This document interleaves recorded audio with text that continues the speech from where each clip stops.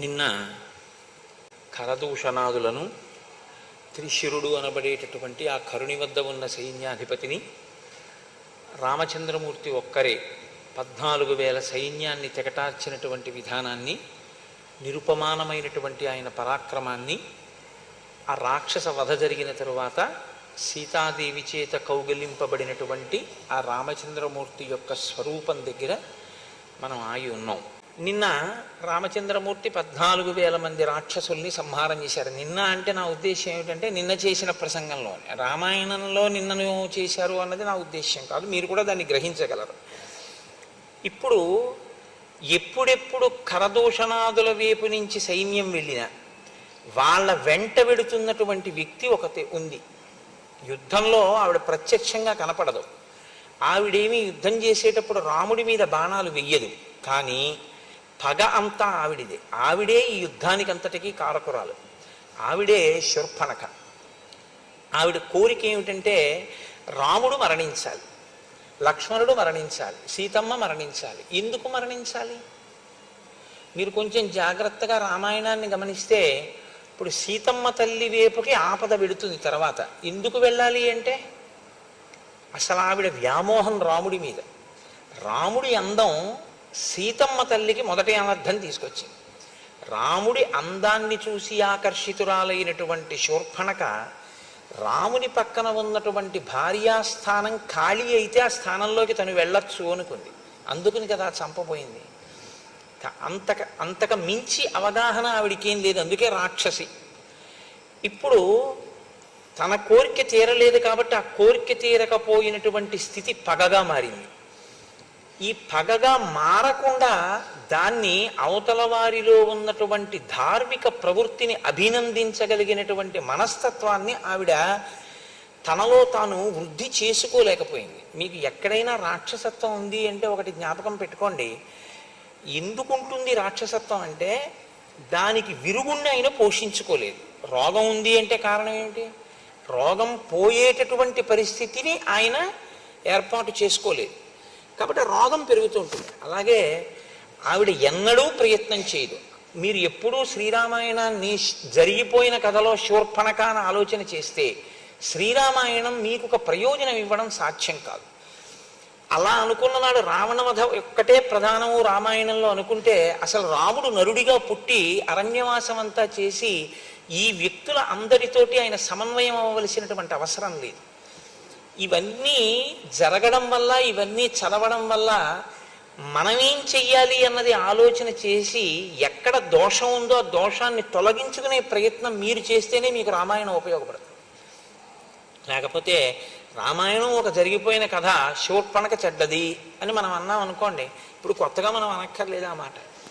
చాలామంది అన్నారు ఆ మాట. నిన్న వాల్మీకి మహర్షి చెప్పారు కదా, ఇంకా కొత్తగా మనం అనడం ఎందుకు?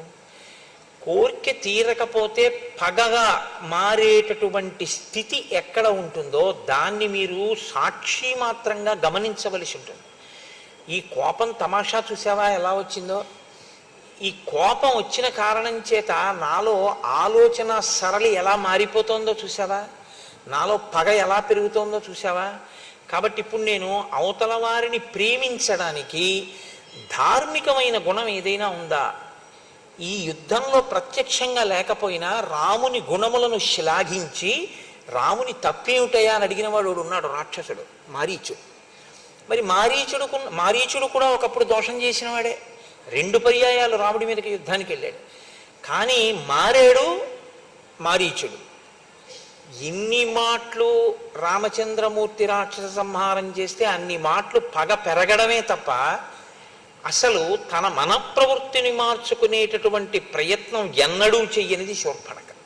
కాబట్టి ఆ పగ నెయ్యి పోసిన కొద్దీ అగ్నిహోత్రం ఎలా పెరుగుతుందో అలా రామచంద్రమూర్తి ఎంతమందిని తెగటారిస్తే ఆవిడ ఎందు పగ అంత పెరుగుతోంది. కానీ ఇది అవతార ప్రయోజనానికి మాత్రం అవసరమే. ఇప్పుడు ఆవిడ తీసుకొస్తోంది శలభాలన్నింటినీ. ఇప్పుడు రాముడే వెళ్ళి ఎవరినో చంపవలసిన అవసరం లేకుండా అందరినీ ఎక్కడెక్కడ వాళ్ళని తీసుకొచ్చి రాముడి మీదకి ప్రవేశపెడుతోంది. ఇప్పుడు రాముడు వాళ్ళందరినీ చంపడానికి అవకాశం వస్తోంది. అవతార ప్రయోజనం రీత్యా చూసినప్పుడు మాత్రం శూర్పణఖ ఉపకారం చేసిందని చెప్పవలసి ఉంటుంది. కానీ అలా చూసి అభినందించినప్పుడు మనం ఏం మార్పు చేసుకోవాలి అన్నది మాత్రం మనకి ద్యోతకం కాదు. కాబట్టి మొదటి కోణాన్ని స్వీకరించడమే మన అభ్యున్నతికి హేతువు అవుతుంది. ఇప్పుడు ఆవిడ 14,000 మంది రాక్షసుల్ని రాముడు సంహరించినటువంటి విధి విధానానికి ఆశ్చర్యపోయింది. ఇంత తక్కువ సమయంలో ఇంతమంది రాక్షసుల్ని పడగొట్టడమా? అక్కడతో ఆవిడ బుద్ధి ఏం మారలేదు. ఆవిడ వెంటనే ఇప్పుడు ఖరదూషణాదులు మరణించారు కాబట్టి తిన్నగా వెళ్ళి లంకలో ఉన్నటువంటి రావణుని యొక్క సభలో రావణాసురుడి ముందు పడింది. అయితే మీతో నిన్నటి రోజున నేను మనవి చేసి ఉన్నాను, వాక్కుకి వైభవం ఉంది, దాన్ని మీరు ఎలా కావాలంటే అలా వాడుకోవచ్చు. ఆ వాక్కుతో అభ్యున్నతిని పొందొచ్చు, ఆ వాక్కుతోటే పతనమైపోవచ్చు కూడా. ఎక్కడ ఎలా మాట్లాడాలో తన ప్రయోజనాన్ని సిద్ధింప చేసుకోవడానికి అలా మాట్లాడుతుంటుంది. ఇప్పుడు రావణుని యొక్క దృష్టి బాగా తన వైపుకి ప్రసరించడం కోసం రావణునికి పెద్ద ప్రమాదం వస్తోంది అని మాట్లాడడం ప్రారంభం చేసింది. అప్పుడు కదా రావణుడు దృష్టి పెడతాడు. నాకు ప్రమాదం వచ్చింది, నేను ఇలా చేశాను, నేను ఏదో వెళ్ళాను, చంపారన్నారు అనుకోండి, ఆయన ఇంకొకళ్ళ గురించి ఆలోచించే అంత గొప్ప స్వభావం ఉన్నవాడేం ఆయన కాడు. కాబట్టి ఊరుకోవచ్చు. ఇప్పుడు తన పగ తీరాలంటే రావణుని యొక్క దృష్టి అటువైపుకి తిప్పాలి. అటు తిప్పడానికి అనుకూలమైనటువంటి మాట ప్రారంభం చేసింది. వెళ్ళి అక్కడ పడ్డప్పుడు ఆ రావణుడు ఎలా ఉన్నాడు అన్నదాన్ని మహర్షి వర్ణన చేస్తారు. సా దదర్శ విమానాగ్రే రావణం దీప్తతేజసం ఉపోపవిష్టం సచివై మరుద్భిరివవాసవం. పుష్పక విమానంలో ఆ దేవతల మధ్యలో కూర్చున్నటువంటి ఇంద్రుడు ఎలా ఉంటాడో అలా ప్రకాశిస్తూ ఆయన కూర్చుని ఉన్నాడు. అది ఆ విమానంలో ఆయన కూర్చున్నటువంటి స్థితి అంటే వాల్మీకి మహర్షి యొక్క గొప్పతనం అంతా ఎక్కడుందంటే రావణాసురుని యందు ఒక దీప్తి ఉంటే, ఒక తేజస్సు ఉంటే ఆయన దాన్ని ఏమీ సమర్థించకుండా దాన్ని పక్కన పెట్టేసి ఆయన ఏం మాట్లాడరు. తపస్సు చేసి సంపాదించినటువంటి తేజస్సు ఏది ఉందో ఆ తేజస్సు గురించి మాట్లాడతారు, అధర్మం ఏదుందో అధర్మం మాట్లాడతారు. మీరు ఇంత గొప్ప తేజస్సు దేనివల్ల హరించుకుపోతుందో మీరు చూసుకోవలసి ఉంటుంది. అది మీరు గమనించినప్పుడు అది మీలో పెరగకుండా మిమ్మల్ని మీరు నియంత్రించుకునేటటువంటి అవకాశం మనకి కలుగుతుంది. కాబట్టి ఉపోపవిష్టం సచివై మరుద్భిర్వ్యవాసవం ఆసీనం సూర్య సంకాశే కాంచనే వరమాసనే రుక్మవేది గతం ప్రాజ్యం జ్వలంతమివ పావకం. ఆయన కూర్చున్నటువంటి బంగారు సింహాసనం సూర్యకాంతి ఎలా ఉంటుందో అలా ఉంది. బంగారు ఇటుకలతో చేయబడినటువంటి హోమవేది యందు ప్రజ్వరిల్లినటువంటి అగ్నిహోత్రము యొక్క దీప్తి ఎలా ఉంటుందో ఆయనలోంచి వస్తున్నటువంటి కాంతి అలా ఉంది. దేవగంధర్వ భూతానాం ఋషీణంచ మహాత్మనాం అజేయం సమరే శూరం వ్యాప్తానన వివాంతకం. ఆయన దేవతల యందు, గంధర్వుల యందు, సమస్త భూతముల యందు, ఋషుల యందు, మహాత్ముల యందు వైరము కలిగి ఉండి వారందరినీ కూడా ఓడించి వారి చేత అజేయుడైన వాడు.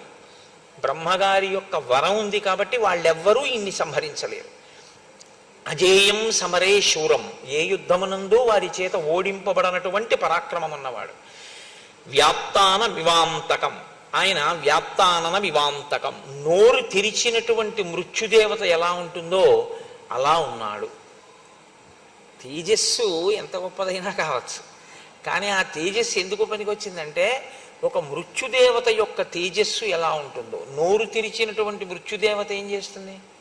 కబళించేస్తుంది, తినేస్తుంది. ఈయన పరిస్థితి కూడా ఏమిటంటే ఎవరు కనపడితే వాళ్ళని తినేస్తాడు. అంటే తన తపస్సు దేనికి వినియోగిస్తున్నవాడు అంటే ఇతరులను ఖేద పెట్టడానికి, తను అనుభవించాలనుకున్న దాన్ని అనుభవించడానికి తప్ప అది ఒక ధార్మిక మార్గంలో ఉపయోగపడేటటువంటి తపస్సు కాదు. కాబట్టి ఇప్పుడు ఆయన దృష్టిలో కానీ ఎవరైనా నేను దీన్ని అనుభవించాలి అన్న కోరిక ఆయనకి పుట్టిందనుకోండి, అది ఏ వస్తువు పట్లైనా సరే, అది అన్నగారు అవ్వచ్చు కుబేరుడు, ఆయనేం ఊరుకోడు, ఓడించి తెచ్చుకుంటాడు. అది పరకాంత కావచ్చు, ఆయనేం ఊరుకోడు. కాబట్టి ఆయన తేజస్సు, ఆయన తపస్సు దేనికి పనికొచ్చాయి అన్నది మీరు చూడవలసి ఉంటుంది. మీరు శ్రీరామాయణంలో అనసూయమ్మని చూశారు. అనసూయమ్మ తపస్సు చేసింది. ఆవిడ తపస్సు దేనికి పనికొచ్చింది అంటే, క్షామం వచ్చినప్పుడు గంగని ప్రవహింపచేసి చెట్లు చిగర్చేటట్టు చేసి కొన్ని వేల మందికి భోజనం పెట్టి బతికించడానికి ఆవిడ తపస్సు పనికొచ్చింది. ఒక పతివ్రత యొక్క భర్త మరణిస్తే ఆ భర్తని మళ్ళీ ప్రాణం పొయ్యడానికి, ఆయన్ని పునరుజ్జీవితుణ్ణి చేయడానికి ఆవిడ తపస్సు పనికొచ్చింది. రావణుడి తపస్సు దేనికి పనికొస్తుంది? తను కోరుకున్న వస్తువుని తాను అనుభవించడానికి పనికొస్తుంది. ఇదే రాక్షసత్వం అంటే. ఇంతకన్నా వేరే ఏముండదు. మీరు పుణ్యం చేశారా, ధార్మికంగా ఉండడం అంటే మీరు ఏదో ఆ పూజ చేశారా, ఇది పెద్ద లెక్కలోకి వచ్చేటటువంటి విషయం కాదు. మీకు ఈశ్వరుడు ఇచ్చినటువంటి విభూతిని, పుణ్య ఫలితంగా మీరు పొందినటువంటి అనుగ్రహం ఏ రూపంలో మీ యందు ప్రసరించిందో దాన్ని మీరు సమాజపరం చేస్తారా? మీరు సమాజ అభ్యున్నతి కొరకు విశ్వమునందు విశ్వనాథుణ్ణి దర్శనం చేసి విశ్వము యొక్క అభ్యున్నతి కొరకు ఈశ్వరుడు మీకు ఇచ్చినటువంటి విభూతిని మీరు ఉపయోగించగలరా? సనాతన ధర్మంలో ఒక్కటే సిద్ధాంతం.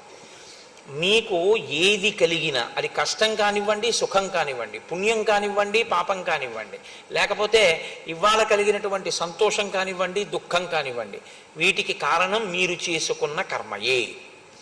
ఆ కర్మలో అంతర్భాగమే తపస్సైన, యజ్ఞమైనా, యాగమైనా. చేసింది యజ్ఞం, చేసింది యాగం, చేసింది తపస్సు, దానివల్ల వచ్చింది కొంత ఫలితం. కానీ ఆ ఫలితాన్ని నువ్వు ఎలా వాడుతున్నావు దాన్ని బట్టి నువ్వు రాక్షసుడివా మనిషివా నిర్ణయించవలసి ఉంటుంది. నువ్వు లోకానికి పనికొచ్చేవాడివా పనికిరాని వాడివా అన్నది ఈశ్వరుడు అక్కడ నిర్ణయం చేస్తాడు. ఇవ్వడం ఇస్తాడు. ఉపయోగించుకోవడం అన్న దాన్ని బట్టి ఈశ్వరుడు మీ అభ్యున్నతిని నిర్ణయం చేస్తాడు. ఇచ్చిన దాన్ని దుర్వినియోగం చేస్తే ఇక ఈ వస్తువు ఉండడం ప్రమాదం అనుకున్నప్పుడు ఈశ్వరుడు దాన్ని తీసేస్తాడు. ఎలా తీసేస్తాడు అంటే, దేనిలోంచి ఆ విభూతి ప్రసరిస్తోందో అసలు ఆ మూలమే పడిపోతుంది. చిట్ట చివర సుందరకాండలో తదేవ ఫలమన్వేతి ధర్మస్య ధర్మనాశన ప్రాప్తం ధర్మఫలం తావద్భవత నాత్ర సంశయ అంటూ, ఇది ఉంటే తప్ప అనుభవించడం కుదరదు. దీంతోనే అనుభవించాలి. ఏదైనా చేసినా దీంతోటే, అనుభవించినా దీంతోటే. కాబట్టి దీన్నే తీసేస్తాడు ఈశ్వరుడు. ఆ స్థితి రాకుండా ఉండాలి అంటే జాగ్రత్త ఎక్కడ వహించవలసి ఉంటుంది అంటే, నేను పుణ్యకార్యాచరణం చేస్తున్నాను, నేను సంపాదించాను కాబట్టి నేను ఎలాగైనా అనుభవిస్తానో, నన్ను కాదనేవాడెవడన్నది కాదు. దీన్ని చూసేవాడు వాడొకడు ఉన్నాడు అన్న నిశ్చయాత్మకమైన బుద్ధి మీ యందు ఉండాలి. రాముడైతే దీనికి భిన్నంగా ఉంటాడు. ఎవరు చూసొచ్చారు? తెల్లవారుజామున లేచి స్నానం చేయకపోతే హేమంత ఋతువులో. కానీ ఎవరు చూసొచ్చారని రాముడు చూడడు. ఈశ్వరుడు ఎప్పుడూ చూస్తున్నాడని ఆయన నమ్ముతాడు. ఆయన నమ్మాడు కాబట్టి ఆయన నడవడి అలా ఉంటుంది. అందుకని ఆయన ధర్మాత్ముడు కాగలిగాడు. ఆ ధర్మం ఆయన్ని రక్షించింది. అది విడిచిపెడతాడు. తను తెలుసుకున్న శాస్త్రాన్ని, తనకి ప్రకాశించిన విభూతిని తాను ఎలా ఉందామనుకుంటున్నాడో దానికి అనుగుణంగా సమర్థించుకునే రీతిలోకి మారుస్తాడు. ఇది చాలా ప్రమాదకరమైన ప్రజ్ఞ. మీరు బాగా గుర్తుపెట్టుకోండి. పోతన గారి మాటల్లో చెప్పాలంటే, జ్ఞాన కలునిలోని శారదయువోలే అంటే, ఋషి హృదయము అని ఒకటి ఉంటుంది. ఋషి ఒక విషయాన్ని ఈ ప్రయోజనం కోసం చెప్తున్నాను అనుకునే చెప్తారు ఆయన. కానీ తనకి ప్రజ్ఞ ఉంది కదా అని, ఒక శ్లోకాన్ని ఎలాగైనా అన్వయం చేయగలిగిన శక్తి తనకు ఉంది కదా అని మీరు అన్వయం చేయడం కానీ, లేదా మీరు ఒక తప్పు చేసి ఆ తప్పుని సమర్థించుకోవడానికి శాస్త్రవాక్కుని మీకున్నటువంటి పాండిత్యాన్ని సాధనంగా తీసుకుని మీరు సమర్థించుకునే ప్రయత్నం చెయ్యడం కానీ ప్రమాదహేతువే. అప్పటికి బాగున్నట్టు ఉంటుందేమో, కానీ అది మాత్రం మీకు అభ్యున్నతి హేతువు కాదు. రావణుడి జీవితం అంతా అంతే. ఆయన చదువుకోలేదని మీరు అనుకోకూడదు. ఆయన చదువుకున్నవాడే, ఆయన తపస్సు చేసినవాడే. కానీ ఆయన చదువుకున్న శాస్త్రం ఆయనకి ఎందుకు పనికి వస్తుందంటే, తను చేసిన తప్పుని శాస్త్రం సమర్థిస్తోందన్నట్లుగా మాట్లాడే ప్రయత్నం చేస్తూ ఉంటాడు. ఇదే ఆయన కొంప ముంచేసింది ఆఖరికి. రాముడైతే అలా కాదు. శాస్త్రం ఏం చెప్పిందో అది నేను చెప్తున్నానని చెప్తాడు అంతే. శాస్త్రానికి రాముడు కట్టుబడతాడు, వేదానికి రాముడు కట్టుబడతాడు. వేదాన్ని తనకు అనుగుణంగా, శాస్త్రాన్ని తనకు అనుగుణంగా మార్చి మాట్లాడి తన ప్రయోజనాన్ని సిద్ధింపజేసుకునే ప్రయత్నం రావణుడు చేస్తాడు. వేదం ఏం చేయగలదు మన్ని అన్న తృణీకార భావం అసలు ఆ ప్రవర్తనలో ఉంది. ఏం చెయ్యగలదో రాముడి రూపంలో వచ్చి చేసి చూపించింది. ఎందుకు చేసి చూపించింది అని అనవలసి ఉంటుందంటే, వేదము ఒకటి, ఈశ్వరుడు ఒకటి కాదు. మీరు ఎప్పుడూ ఈ విషయాన్ని బాగా జ్ఞాపకం పెట్టుకోవాలి. వేదము వేరండి, ఈశ్వరుడు వేరండి అని మీరు అనకూడదు. ఎందుకంటే ఈశ్వరుని యొక్క ఊపిరియే వేదం. ఈశ్వరుని యొక్క ఊపిరి వేదము అని నేను అన్నప్పుడు నేను ముందా, నా ఊపిరి ముందా? భవతి అని సంస్కృతంలో ఒక మాట, అంటే ఉన్నాడు. ఉన్నాడు అన్న మాట ఎప్పుడు వాడతారు? ఆయన ఊపిరి తీస్తే. నేను మొట్టమొదట ఊపిరి ఎప్పుడు తీశానో అప్పుడు నేను ఉన్నాను, నా యొక్క అస్తిత్వము ప్రకటింపబడింది. నా ఊపిరి ఎప్పుడు ఆగిపోతే అప్పుడు ఇక లేరు కోటేశ్వరారు, ఆయన శరీరం పోయిందని గుర్తు. ఊపిరిని బట్టి ఉన్నాడు. ఇప్పుడు ఊపిరికి ఆయనకి ఏమైనా భేదం ఉందా? ఊపిరే ఆయన, ఆయనే ఊపిరి. ఆయన భవతి అనబడాలి అంటే ఆయన ఊపిరే హేతు అయి ఉంటుంది. యావత్ పవనో నివసతి దేహే తావత్ పృచ్చతి కుశలంగేహే గతవతి వాయో దేహాపాయే. అయినప్పుడు ఈశ్వరుడు, ఈశ్వరుని యొక్క ఊపిరి ఎలా తేడా అవుతుంది? కాదు.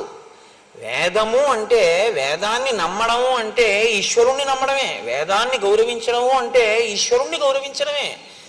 శంకర భగవత్పాదులకి వేదం అంటే అంత గౌరవము అంటే వేదాన్ని గౌరవించినప్పుడు ఒకటి, ఈశ్వరుణ్ణి గౌరవించినప్పుడు ఒకటి అని మీరు అర్థం చేసుకోకూడదు.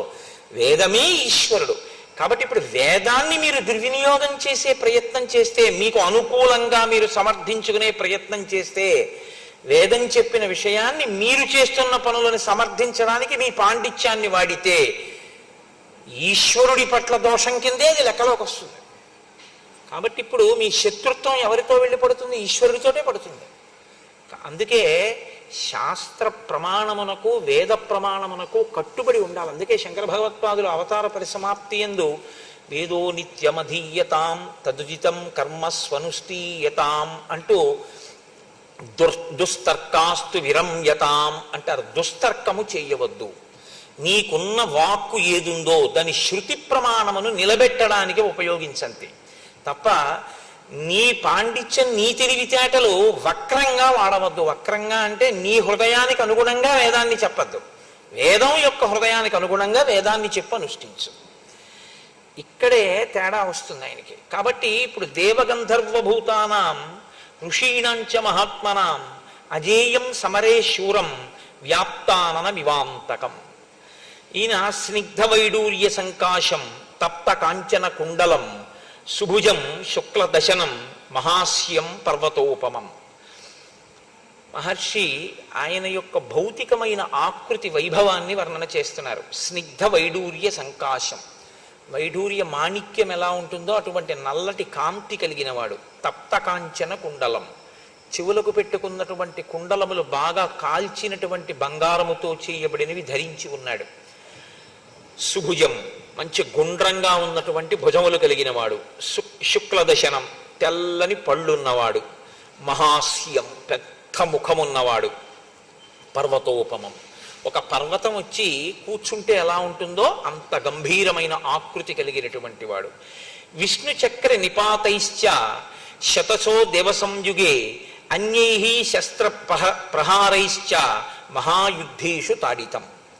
ఆయన శరీరం మీద, ఆ భుజముల మీద, చేతుల మీద విష్ణు చక్రము చేత కొట్టబడినటువంటి దెబ్బలున్నాయి. ఇది బాహ్యంలో ఆయన అంత గొప్ప గొప్ప యుద్ధాలు చేశాడు. విష్ణు చక్రం ఆయన్ని ఏం చేయగలిగింది అంటే, ఓసారి ఆయనకు వచ్చి తగిలితే ఓ గాయం అయింది తప్ప విష్ణు చక్రం ఆయన్ని పరిమార్చలేకపోయింది, చంపలేకపోయింది. అంతవరకు బాగానే ఉంటుంది, గొప్పతనంగా చెప్పడానికి బాగుంటుంది. కానీ విష్ణువు స్థితికారుడు. ఆయన ఎప్పుడూ ధర్మాన్ని నిలబెట్టేటటువంటి ప్రయత్నం చేస్తుంటాడు. ఆయనతో యుద్ధం వచ్చి ఆయన చేతిలోంచి చక్రాన్ని నీ మీద ప్రయోగించవలసి వచ్చిందంటే నువ్వు ఎంత దుర్మార్గుడు అయి ఉండాలి. ఇది ఋషి హృదయం. ఇది చూడమని తప్ప విష్ణు చక్రం పెట్టి కొడితే విష్ణు చక్రం దెబ్బలున్నాయండి, అంత పరాక్రమవంతుడండి అని మిమ్మల్ని చెప్పమని కాదు ఆయన ఉద్దేశ్యం. ఎప్పుడూ ధర్మాన్ని నిలబెట్టేటటువంటి ప్రయత్నం చేసేటటువంటి విష్ణువు చక్రం పెట్టి కొట్టవలసి వచ్చింది అంటే వీడు ఎంత అధర్మంలో ఉండేటటువంటి వాడు అన్నది మీరు అర్థం చేసుకోవాలి. పోను ఒక్క విష్ణువా, సమస్త దేవతల యొక్క ఆయుధముల దెబ్బలు ఆయన ఒంటి మీద ఉన్నాయి, అయినా చావలేదు. అంటే అంత పెద్ద తపస్సు చేశాడు. 10,000 సంవత్సరములు బ్రహ్మగారి గురించి తపస్సు చేశాడు. కాల్సన దేనికది? 10 తలకాయలు కోసుకున్నాడు. బ్రహ్మగారు ప్రత్యక్షమయ్యారు. నీ పాదముల యందు చిక్కు చెదరని భక్తి ప్రపత్తులు కావాలని ఒక్క మాట అని ఉండి ఉంటే రావణుడు ఏ స్థితిని పొంది ఉండేవాడు. కానీ అలా అనలేకపోయాడు. ఈ దెబ్బలన్నీ ఎందుకు వచ్చాయంటే ఆ తపస్సు వలన నేను అజేయుడననేటటువంటి అహంకారంలోంచి పుట్టుకొచ్చాయి. కాబట్టి ఇప్పుడు ఆయన తపస్సు, ఆయన తేజస్సు ధర్మాన్ని రక్షించడానికి పనికొచ్చింది కాదు. ఆయన ఏం చేస్తూ ఉంటాడు? ఆహతాంగం సమస్తైశ్చ దేవ ప్రహరణైస్తథా అక్షోభ్యానాం సముద్రాణం క్షోభణం క్షిప్రకారిణం. ఎప్పుడూ కూడా దేవతలతో యుద్ధం చేస్తూ సముద్రములను కూడా క్షోభింపచేస్తూ ఆయన ఉంటాడు. క్షేత్తారం పర్వతేంద్రాణం సురాణంచ ప్రమర్దనం. పెద్ద పెద్ద పర్వతాల్ని కూడా గాలిలోకి బంతులు విసిరినట్టు విసరగలడు. అంటే అంతటి భుజపరాక్రమము, అంతటి బలమున్నవాడు. సురాణాంచ ప్రమర్దనం. ఎప్పుడూ కూడా దేవతల్ని ఇబ్బంది పెట్టి దేవతల్ని మర్దిస్తూ ఉంటాడు. ఉచ్చేత్తారంచ ధర్మాణం. ధర్మము ఎక్కడుందో అక్కడ దాన్ని ధ్వంసం చేసే ప్రయత్నం చేస్తాడు. ధర్మమునకు హాని కల్పిస్తాడు. పరదారాభివర్షణం. ఇతరుల యొక్క భార్యలను తన భార్యగా చేసుకుని అనుభవించాలనేటటువంటి మిక్కుటమైన కోరిక కలిగిన వాడు. ఇంతకన్నా దారుణమైనటువంటి లక్షణం ఇంకొకటి ఉండక్కర్లేదు. కాబట్టి ఇటువంటి వాడు. ఈయన దేవతల్ని ఎంతగా మర్దించాడంటే ఉత్తరాఖండలో రావణాసురుడి గురించి ఒక విషయం చెప్తుంటారు. ఆయన ఒకప్పుడు మరుత్తనబడేటటువంటి రాజు యజ్ఞం చేస్తుంటే అక్కడికి వెళ్ళాడు. వెడితే అక్కడే ఇంద్రుడు, వరుణుడు, కుబేరుడు, యముడు మొదలైనటువంటి దేవతలు ఉన్నారు. రావణాసురుణ్ణి చూడగానే అక్కడ ఉంటే ఎక్కడ మర్దిస్తాడో అన్న భయం చేత వాళ్ళు జంతువులను ఆశ్రయించి వాటిలో వెళ్ళిపోయారు. ఇంద్రుడు ఒక నెమలిలోకి ప్రవేశించాడు, వరుణుడు ఒక హంసలోకి వెళ్ళిపోయాడు, కుబేరుడు ఒక తొండలోకి వెళ్ళిపోయాడు, యముడు ఒక కాకిలోకి వెళ్ళిపోయాడు. ఆ తర్వాత వచ్చాడు, ఆ మరుచుతో యుద్ధం చేశాడు, వెళ్ళిపోయాడు. ఆ గొడవ అయిపోయింది. అయిపోయిన తర్వాత వీళ్ళు నలుగురు బయటకు వచ్చారు. సమయానికి రావణుడి కంట పడకుండా మీ శరీరంలో మేము దాక్కునే అవకాశం ఇచ్చారు కాబట్టి మీకు వరాలు ఇస్తున్నామని అప్పుడు ఈ 4 ప్రాణులకు వాళ్ళు వరాలు ఇచ్చారు. ఇంద్రుడు నెమలికి అప్పుడే ఇచ్చాడు వరం. నాకు ఉన్న 1000 కన్నులు నీ యొక్క పింఛంలో నెమలి కన్ను అని కన్నులుగా కనపడతాయి. అందంగా పింఛం అలా ఉంటుంది. వరుణుడు హంసకి వరం ఇచ్చాడు. వరుణుడు జలాధిదేవత కనుక నీవెప్పుడు నా నీటి మీద తేలుతుంటావు, చంద్రప్రకాశం ఎలా ఉంటుందో అటువంటి కాంతి కలిగినటువంటి స్థితిలో నువ్వు ఉంటావు. కుబేరుడు తొండక వరం ఇచ్చాడు, నీ తల పెద్దదిగా ఉండి ఆహారమును నిల్వ చేసుకోగలిగిన స్థితిని పొంది బంగారు రంగులో ఉంటావని. యముడు కాకికి వరం ఇచ్చాడు, నువ్వు దీర్ఘాయుష్మంతురాలి అవుతావు, ఏ రోగము నిన్ను బాధించదు, బలవన్మరణం తప్ప నీ అంతా నువ్వు చచ్చిపోవడం అన్నది ఎక్కడా ఉండదు నీకు. సరికదా, నేను నా చేత నువ్వు అనుగ్రహింపబడ్డావు కనుక నువ్వు తింటే పితృదేవతలు సంతోషిస్తారు. కాబట్టి నువ్వు తినాలని పితృకార్యం చేసినప్పుడు కోరుకుంటారు జనం అని కాకికి యమధర్మరాజు గారు వరం ఇచ్చాడు. ఈ 4 ప్రాణులు వరం పొందేటట్టుగా దేవతలంతటి వారు కనపడ్డ దాంట్లో కనపడ్డట్టు దూరిపోయేటట్టుగా మర్దించగలిగాడంటే రావణుడంటే దేవతలు కూడా ఎంత భయపడ్డారో, ఆయన ఎంత ఉద్ధతితో ప్రవర్తించినటువంటి వాడో ఇంకా ఇంతకన్నా సాక్ష్యం ఉండదు. కానీ ఇది ఉత్తరాఖండలో చెప్పబడిన అంశం.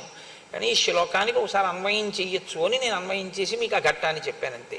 కాబట్టి ఉచ్చేత్తారంచ ధర్మాణం పరదారాభిమర్శనం సర్వ దివ్యాస్త్రయోక్తారం యజ్ఞ విఘ్నకరం సదా పురీం భోగవతీం ప్రాప్య పరాజిత్యచ వాసుకిం. ఈయన పాతాళలోకానికి వెళ్ళి ఒకానొకప్పుడు వాసుకిని ఓడించాడు. ఎందుకు ఓడించడం అంటే, మీకు రామాయణంలో 2 పాత్రలు కనపడతాయి. ఒకడు వాలి, ఒకడు రావణుడు. వీళ్ళిద్దరికీ పని ఏమిటంటే ఇద్దరూ కూడా ప్రతిరోజు ఇవాళ మనం ఎవరి మీదకి యుద్ధానికి వెళ్ళాలని అడుగుతూ ఉంటారు.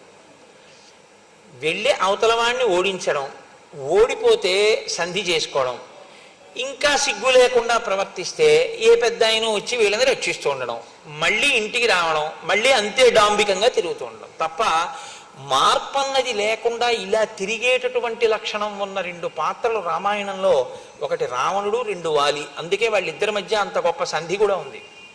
కాబట్టి పురీం భోగవతీం ప్రాప్య పరాజిత్య చ వాసుకిం తక్షకస్య ప్రియాం భార్యాం పరాదిత్య జగహారయ. ఈయన తక్షకుని ఓడించి ఆయనకి ప్రియమైన భార్యని అపహరించి తెచ్చుకున్నాడు. కైలాస పర్వతం గత్వా విజిత్య నరవాహనం. కైలాస పర్వతానికి వెళ్ళి ఉత్తర దిక్కున ఉన్నటువంటి కుబేరుణ్ణి ఓడించాడు. కుబేరుడు అన్నగారు. అసలు ఉత్తరాఖండలో ఆ అన్నగారు పరిపాలించినటువంటి సామ్రాజ్యాన్ని ఆక్రమించాడు.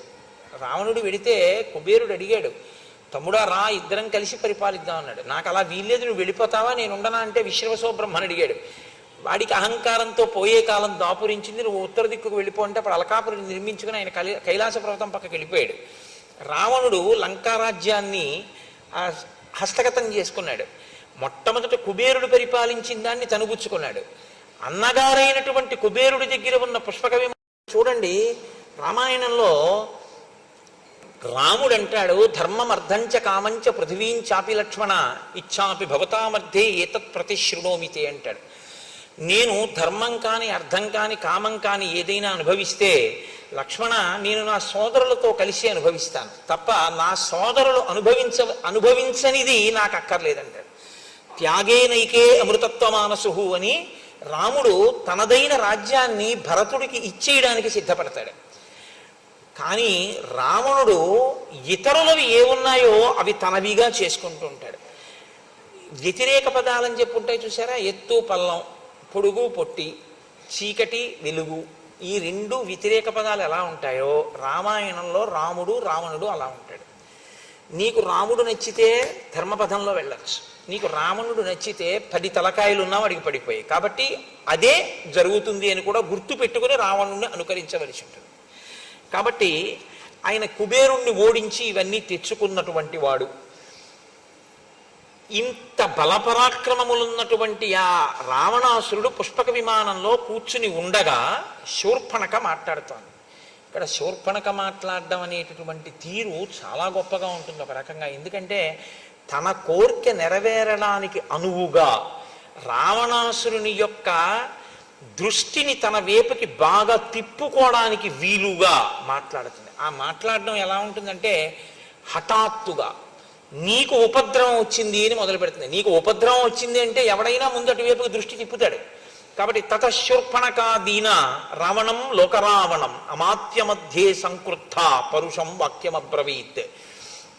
అమాత్య మధ్య మంత్రుల మధ్యలో కూర్చున్నటువంటి రావణుడి దగ్గరికి వచ్చి ఆమె పరుషమైనటువంటి మాటతో ప్రారంభం చేసింది. ప్రమత్త కామభోగేషు స్వైరవృత్తో నిరంకుశ సముత్పన్నం భయం ఘోరం బోద్ధవ్యం నావబుధ్యసే. నీవు నిరంతరము కామభోగాల్ని అనుభవిస్తూ నిరంకుశుడవై మత్తెక్కి ఉన్నావు. నీకు ఎంత ఘోరమైనటువంటి ఆపద నీ మీద వచ్చి పడిపోతుందో నువ్వు తెలుసుకోవట్లేదు. దీంతో మొదలుపెట్టింది. అంటే ఈ మాట అనేటప్పటికీ ఎవరి దృష్టి అయినా అటువైపుకి వెళ్ళిపోతుందా, వెళ్ళిపోదా? ఏదో కూర్చుని మాట్లాడుకుంటున్నారు అనుకోండి, ఏమిటో మీరు ఇలా సంతోషంగా హాయిగా గడిపేస్తున్నారు, మీకు తెలియట్లేదు ఎంత ఘోరమైన ఆపద మీకు వచ్చేస్తుందో మీకు తెలియట్లేదు అన్నారు అనుకోండి. తర్వాత మాట్లాడదాం ఏంటంటారా, ముందు అది ఆపేసి ఏమిటండి బాబా ఆ ప్రమాదం ఏంటండి అంటారా? ఏదో చూసారా, యువర్ కైండ్ అటెన్షన్ ప్లీజ్ అంటారు. అంటే మీ దృష్టిని దయచేసి మా యందు పెట్టండి అని అడుగుతుంటారు. మీ దృష్టిని మా నుండి మరల్చకండి అని కూడా అడుగుతుంటారు. Do not allow your attention to be diverted by something else while you are transacting with the banker అని కూడా ఓ బోర్డు ఉంటుంటుంది. దృష్టిని ఆకర్షించి మాట్లాడుతుంటారు, ఎందుకంటే అక్కడ బుద్ధి పెట్టాలి అని కోరినాం. రావణుని యొక్క మనస్సుని ఎలా లాగిందో చూడండి శూర్పణఖ. అంటే తన ప్రయోజనం కొరకు తన పగని సిద్ధింప చేసుకోవడానికి ఆవిడ మనసులో ఎంతగా సిద్ధపడి వచ్చి మాట్లాడుతోందో చూడండి. అంటోంది, సక్తం గ్రామ్యేషు భోగేషు కామవృత్తం మహీపతిం లుబ్ధం న బహుమన్యంతే శ్మశానాగ్నిమివ ప్రజాః. ఎప్పుడు క్షణికములైనటువంటి భోగములను అనుభవిస్తూ ఇంద్రియములకు వశపడిపోయినటువంటి రాజు ప్రజల గురించి పట్టించుకోకుండా కేవలం భోగలాలసుడై ఉండిపోతే అటువంటి రాజుని ఎవ్వరూ గౌరవంగా చూడరు. శ్మశానములో ఉన్నటువంటి శవాన్ని కాల్చేటటువంటి అగ్నిహోత్రము కూడా అగ్నిహోత్రమే. అదేం అగ్నిహోత్రం కాకపోలేదు, శవాన్ని కాల్చింది కదా అని. కానీ శవాన్ని కాలుస్తున్నటువంటి అగ్నిహోత్రం పవిత్రంగా మనం చూడడం కుదరదు కదా.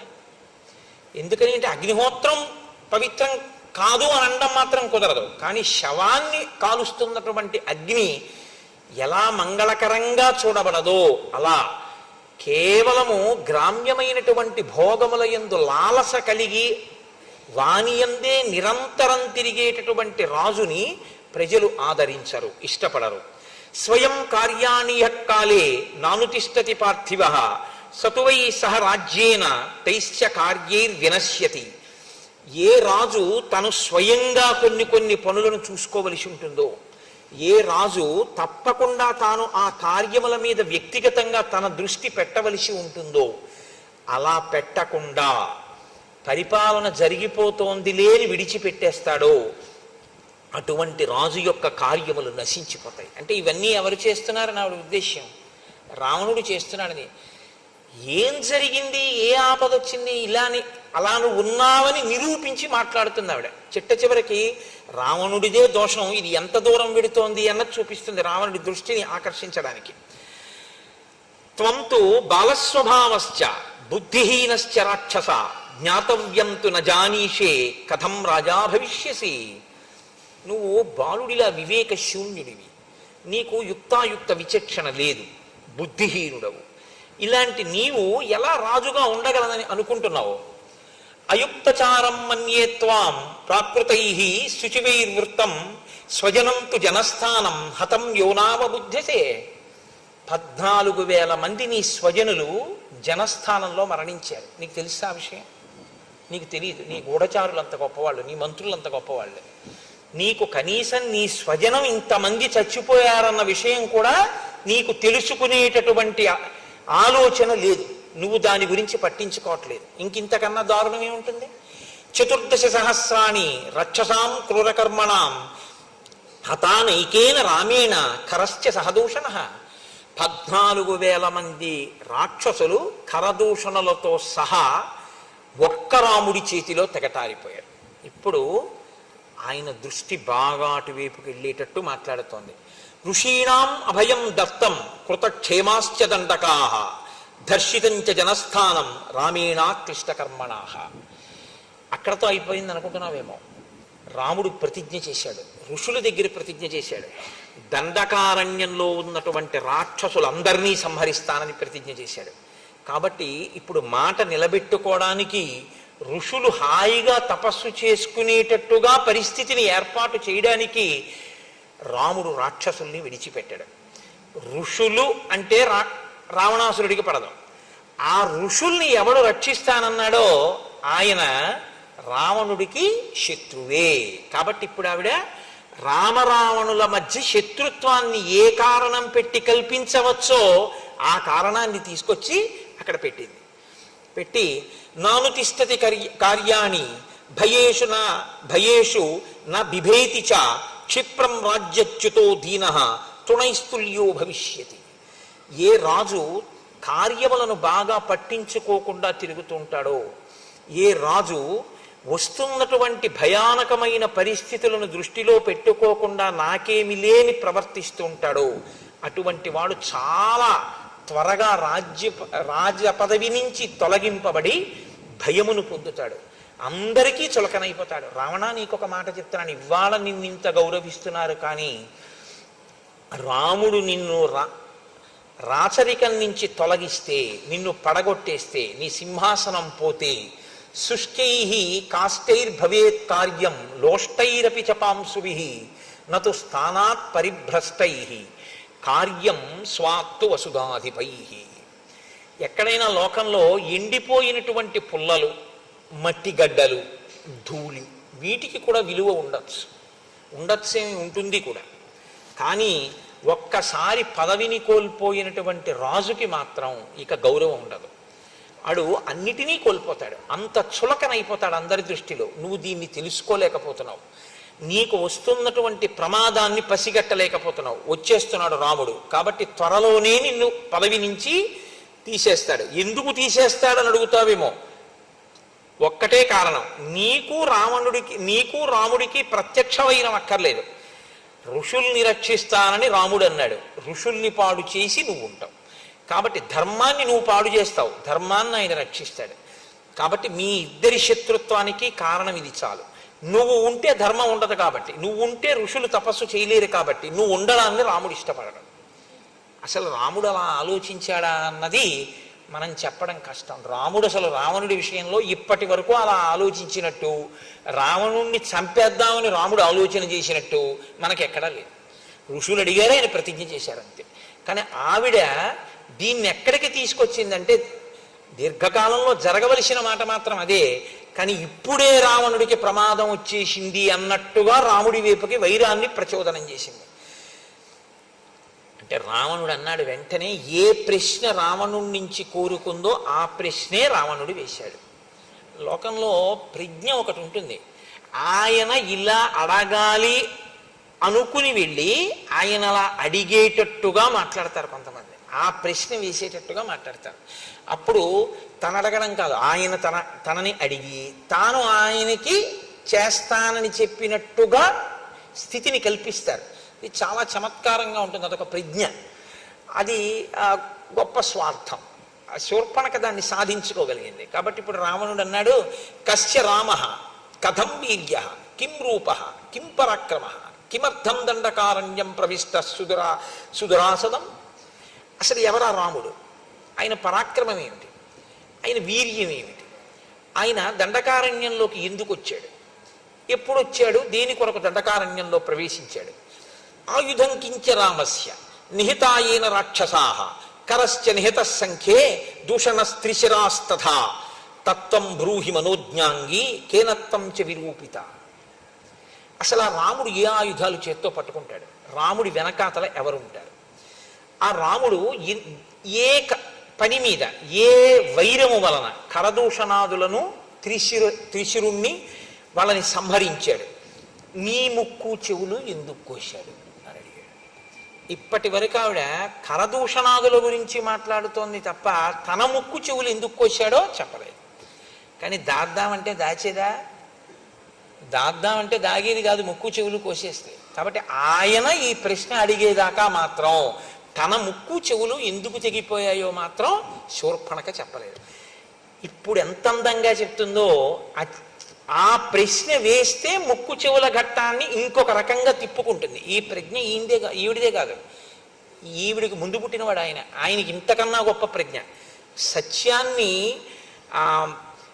మసిపూసి అసత్యాన్ని తీసుకొచ్చి ప్రవేశపెట్టడంలో శూర్పణఖ రావణుడు ఖచ్చితంగా అన్నా చెల్లెళ్ళి అలాగే ఉంటారు వాళ్ళిద్దరు.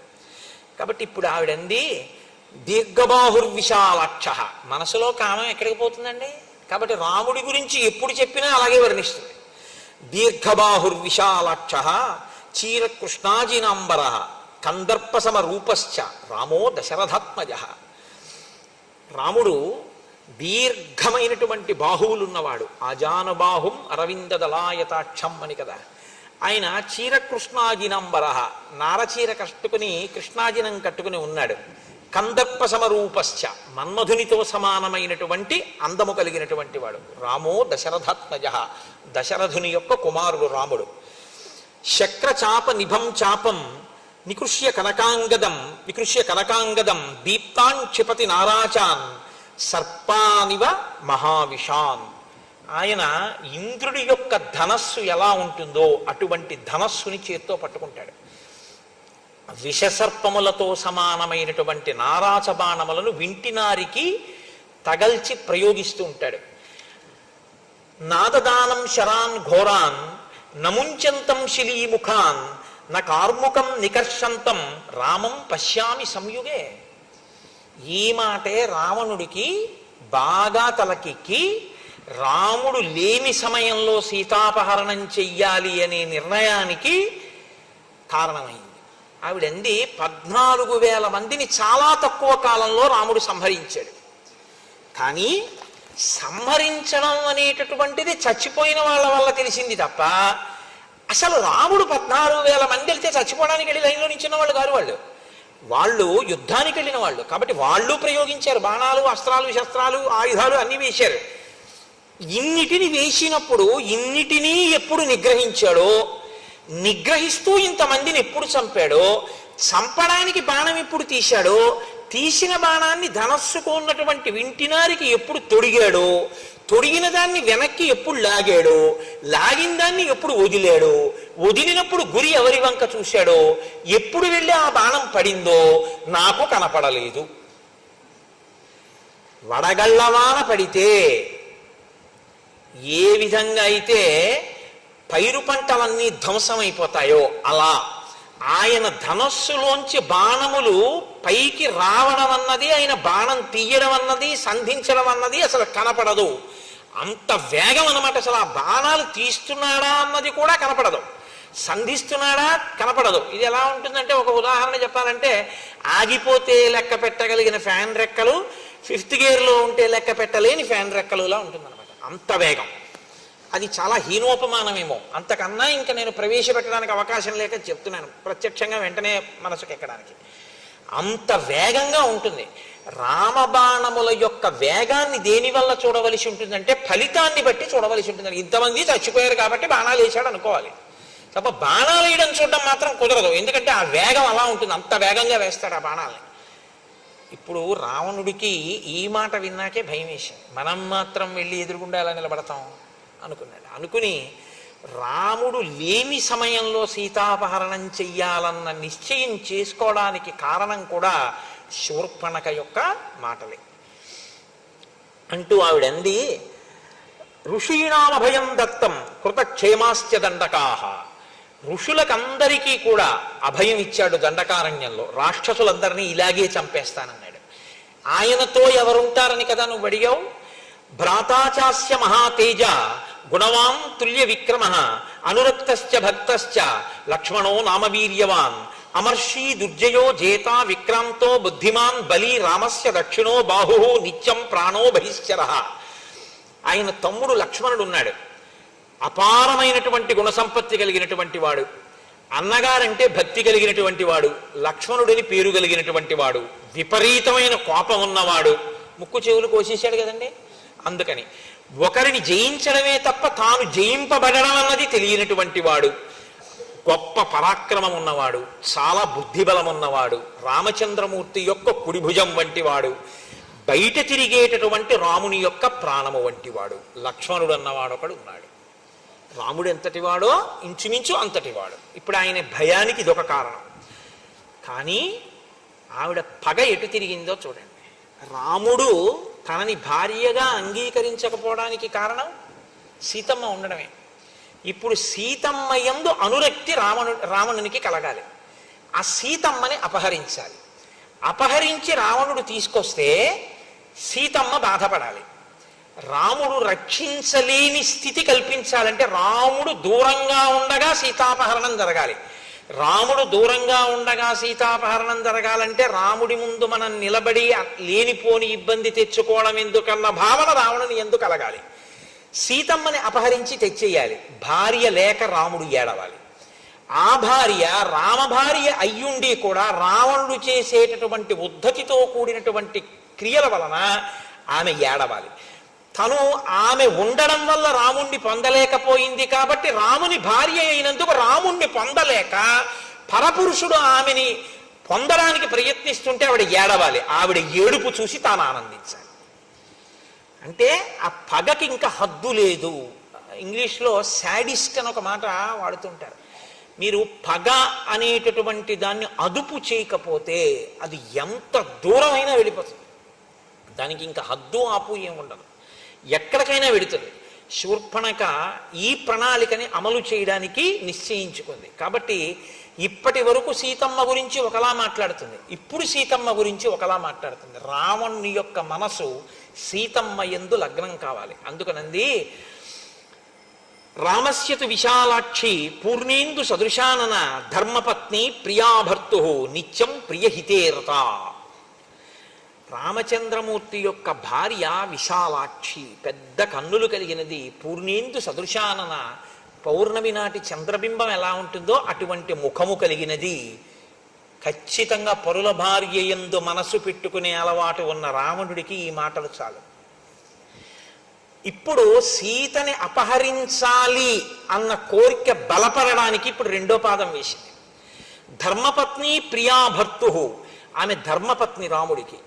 ఆవిడ పక్కన లేకపోతే రాముడు విలవిలలాడిపోతాడు. ఎందుచేతనంటే ఆమె అంటే రాముడికి అంత ప్రీతి. నిత్యం ప్రియహితేరత, ఆమె రాముణ్ణి కూడా అలా అనువర్తిస్తుంది. కాబట్టి ఇప్పుడు రెండు ప్రయోజనాలు రావణుడి దృష్టిలోకి ఎడతాయి. సీతని అపహరిస్తే నేను 10 మాటలు నా నోటితో అనడం కష్టం, ఆమె తనదవుతుందన్న కోరిక. 2, ఆమె లేక రాముడు చాలా క్షోభపడిపోతాడు. తను ఎదురుగుండా నిలబడి యుద్ధం చేసి బాధ పెట్టలేకపోయినా ఏకకాలమునందు అందగత్తె అయిన సీతని తాను తెచ్చుకోవడం, తనకి శత్రువైనటువంటి రామచంద్రమూర్తికి మనస్థిమితం లేకుండా చేసి ఆయన నీరసపడిపోయేటట్టుగా చెయ్యగలగడం. అంత ప్రియమైన భార్య కనపడకపోతే, ఆ భార్య రాక్షసుడి చేత అపహరింపబడితే ఆయనకి వెంటనే అశాంతి కలుగుతుంది కదండి. అశాంతి చేత ఏమవుతుంది? చెయ్యవలసినటువంటి ధర్మబద్ధమైన అనుష్ఠానము నశించిపోతుంది. అనుష్ఠానము నశిస్తే తేజస్సు నశిస్తుంది. తేజస్సు నశిస్తే తాను అవతలవాడిని పడగొట్టడానికి అవకాశం కలుగుతుంది.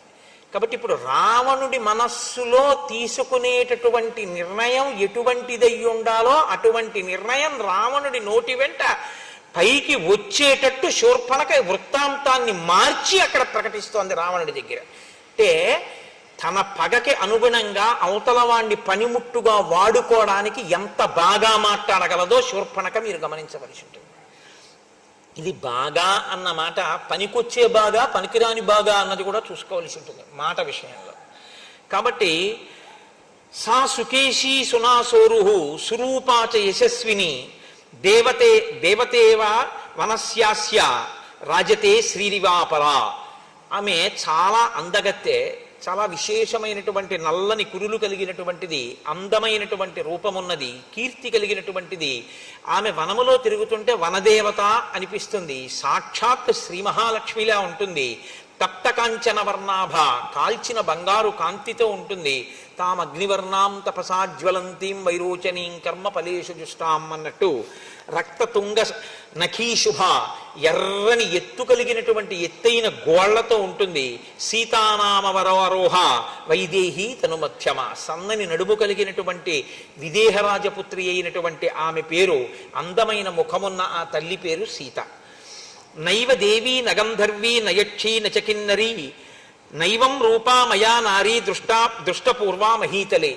అటువంటి అందగత్తెని నేను ఇత పూర్వం గంధర్వులలో కాని, యక్షులలో కాని, కిన్నెరులలో కాని, ఎక్కడ భూలోకంలో ఉన్నటువంటి నరకాంతలలో కాని నేను చూసి ఎరగను. ఈ మాట అన్న తర్వాత రావణ బుద్ధి ఇంకోలా ఉండే అవకాశం ఉంటుందా అంటే, ఇంత స్తోత్రం దేనికంటే సీతమ్మ తల్లి ఎందున్న ప్రీతి చేత కాదు, సీతమ్మ తల్లిని ఖేద పెట్టడానికి ఇప్పుడు ఆవిడ అందాన్ని పొగుడుతోంది. ఇప్పటి వరకు ఏమంది? కరాళ అసతి అంది. ఇప్పుడు ఆవిడ అందాన్ని పొగుడుతోంది. అంటే తనకి ఎప్పుడు అనుకూలమో అప్పుడు అలా మాట్లాడుతుంది. యస్య సీతా భవేద్ భార్య యంచ హృష్టా పరిష్వజేత్ అతి జీవేత్ స సర్వేషు లోకేష్యపి పురందరాత్. సీతమ్మ ప్రియమార ఎవరిని కౌగిలించుకుంటుందో వాడు ఇంద్రుడి కన్నా గొప్పవాడు. అటువంటి పురుషుడు ఎంత అదృష్టవంతుడో ఊహించడానికి శక్యం కాదు. అంటే ఈయన మనస్సుని ఆవిడ వైపు ప్రవేశపెడుతోంది. సా సుశీల వపుశిలాఘ్య రూపేణ ప్రతిమాభువి తవానురూపా భార్యా స్యాత్ త్వంచ తస్యాస్తథాపతి. ఆమె చక్కని శీలవతి, సౌందర్యము కలిగినది, ఆమె రూపము సాటి లేనిది, నీకు భార్య కాదగినది, ఆమెకు నీవే భర్త కాదగిన వాడవు. ఇది ఇంతకన్నా అర్ధరహితమైన మాట ఇంకోటి ఉంటుందండి. ఆవిడ వివాహిత, ఆవిడికి భర్త ఉన్నాడు. ఆమెకి నీవే భర్త కాదగిన వాడివి అంటే అసలు నీ పక్కన కూర్చోవలసిన ఆవిడ్ని రామచంద్రమూర్తి తన పక్కన కూర్చోబెట్టుకుంటున్నాడు. ఇది అతని అసూయకి ఇంకొక కారణం. ఇప్పుడు ఇంకొంచెం ఆజ్యం పోసింది. వెళ్ళి ఓడించి తీసుకురాలేడు. ఆ చేతకానితనం కూడా, అంటే తొందరపడి రాముడి ముందుకు ఎడతాడేమో ఆవిడకు అనుమానం ఉంది. ఎందుకంటే 14,000 మంది చచ్చిపోవడం ఆవిడ చూసింది. గబుక్కుని రావణుడికి ఏమైనా ఆవిడ పగ తీరేది ఎలాగ? ఇంకా పగ తీరాలంటే ఇప్పుడు ఆవిడ ప్రణాళిక మార్చింది. రాముడి మీదకి యుద్ధానికి పంపితే ఇక నా పగ తీరదు. ఆవిడకి అనుమానం వచ్చింది రాముడి చేతిలో నిలబడడం కష్టమని. కాబట్టి సీతమ్మను అపహరిస్తే పోతుంది. కాబట్టి ఇప్పుడు దానికి అనుగుణంగా అలా జరిగేటట్టుగా మాట్లాడుతోంది. కురుప్రియం తథా తేషాం రక్షసాం రాక్షసేశ్వర వధాత్ తస్య నృశంసస్య రామస్యాశ్రమవాసినః. నీవు సీతాపహరణం చేసి రాక్షసులకందరికీ కూడా ఉపకారం చెయ్యాలి. ఎందుచేతనంటే చనిపోయినటువంటి రాక్షసులందరూ కూడా శాంతి పొందాలి అంటే రాముడు అశాంతి పొందేటట్టు చేయాలి. రాముడు అశాంతి పొందాలి అంటే రాముని యొక్క ప్రియ భార్య అయినటువంటి సీతని నువ్వు అపహరించాలి. ఈ మాటలు చెప్పిన తర్వాత మంత్రులు ఎంత గొప్పవాళ్ళో ఆయన మంత్రులందరితోటి ఒకసారి సమావేశం పెట్టి ఆవిడ ఒక చాలా చమత్కారమైనటువంటి మాట ఒకటి చెప్పింది. అసలు నేను ఆ సీతని నీకు భార్యని చేద్దామనే తీసుకొచ్చే ప్రయత్నం చేశాను.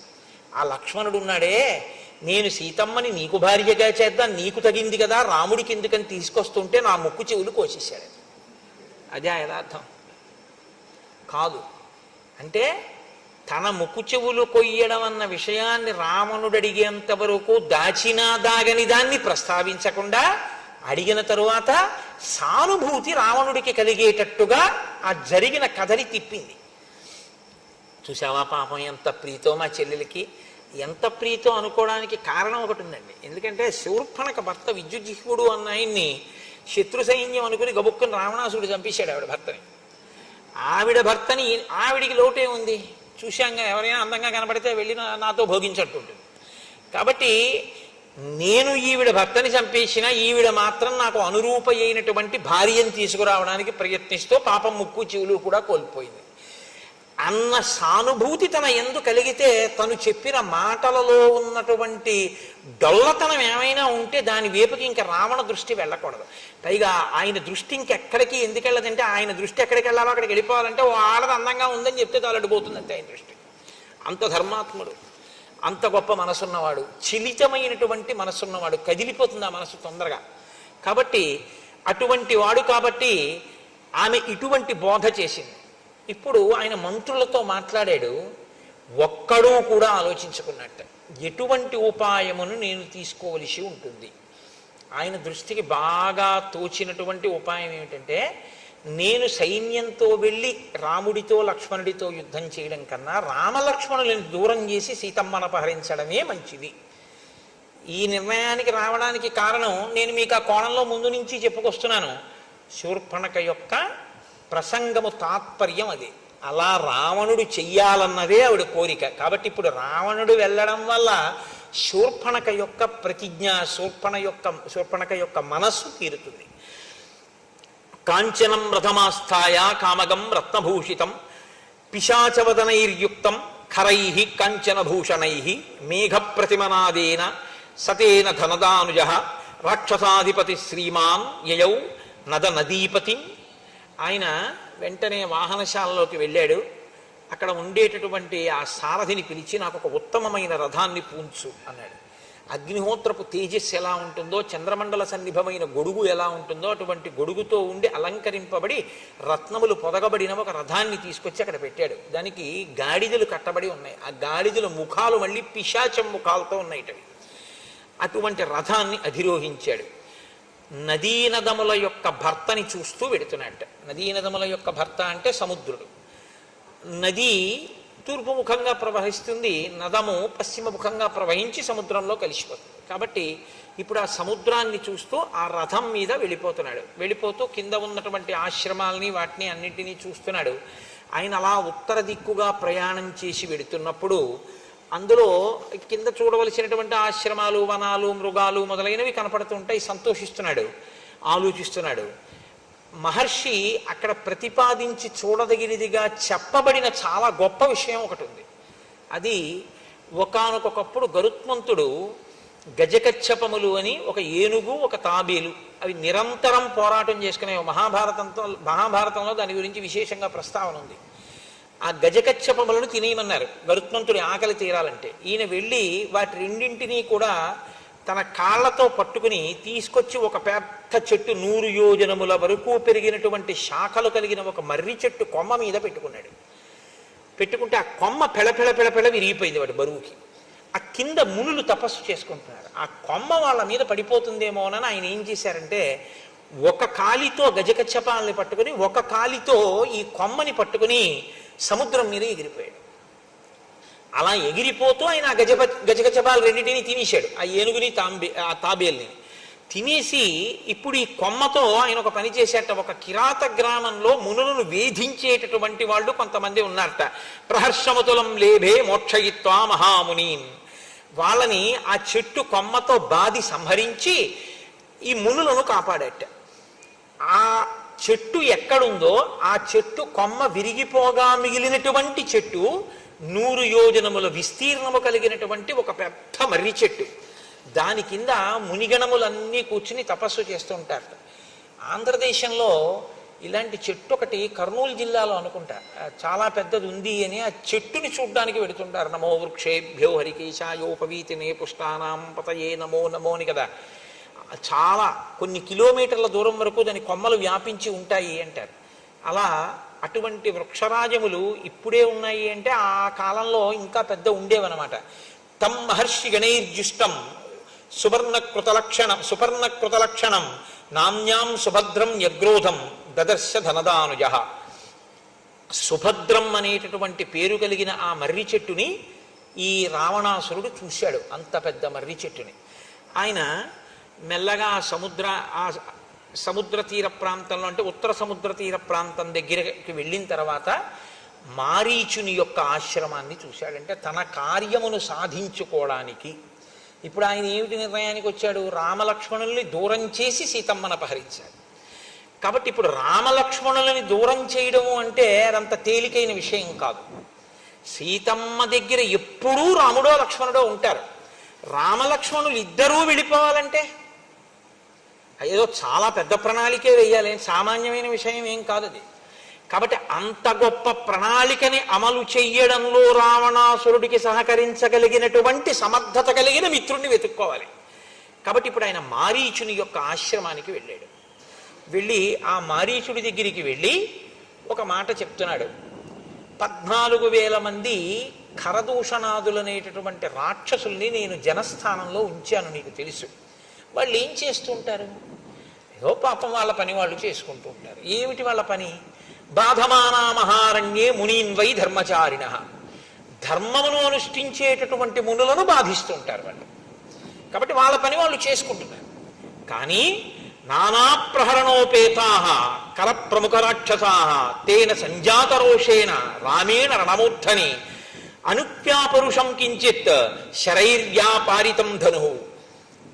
అటువంటి ఖరదూషణాదుల్ని వాళ్ళ పని వాళ్ళు చేసుకుంటున్న వాళ్ళని, మునుల్ని బాధ పెడుతున్న వాళ్ళని రాముడు ఒక్క మాట వ్యగ్రతతో ఏమీ అనకుండా యుద్ధానికి వెళ్ళారు అని 14,000 మందిని చంపేశాడంతే ధనస్సుకు బాణాలు సంధించి. అంత కోపం అదే ప్రవర్తించవలసిన పని అంటూ పిత్రానిరస్త తండ్రి చేత ఇంటి నుంచి వెళ్ళగొట్టబడ్డాడు రాముడు. అంత దురాత్ముడు కాబట్టి. క్రుద్ధేన విపరీతమైన కోపం ఉన్నవాడు. సభార్య భార్యతో ఉన్నవాడు. క్షీణ జీవిత ఇలాంటి వాడు కాబట్టే వాళ్ళ జోలికి వెళ్ళాడు కాబట్టి అయిపోయింది ఇంకా ఆయన జీవితం.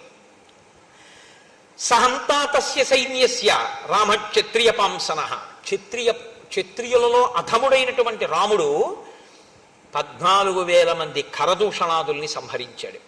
దుశ్శీల కర్కశస్తీక్ష్ణో మూర్ఖో లుబ్ధో అజితేంద్రియ త్యక్తధర్మో అధర్మాత్మ భూతానాం అహితేరత. ఆయనకి అంతే అర్థమయ్యాడు రాముడు. అసలు ఆయన రాముడి దగ్గరికి వెళ్ళింది లేదు, రాముడి గురించి ఆయన తెలుసుకున్నది లేదు.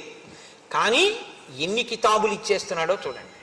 దుశ్శీల సరి అయిన మంచి శీలము లేనివాడు, కర్కశుడు, చాలా తీవ్రమైనటువంటి స్వభావం ఉన్నవాడు, మూర్ఖుడు, అన్నిటినీ కోరుకునేటటువంటి వాడు, ఇంద్రియములను గెలవలేకపోయినవాడు, ధర్మమును విడిచిపెట్టినవాడు, అధర్మాన్ని అనుష్ఠించేవాడు, సమస్త భూతములకు కూడా అపకారం చేసేటటువంటి వాడు.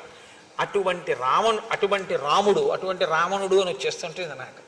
కాబట్టి అటువంటి రాముణ్ణి నేను సంహరించాలి. ఏన వైరం వినారణ్యే సత్వమాశ్రిత్య కేవలం కర్ణనాశాపహరణాత్ భగినీమే విరూపిత.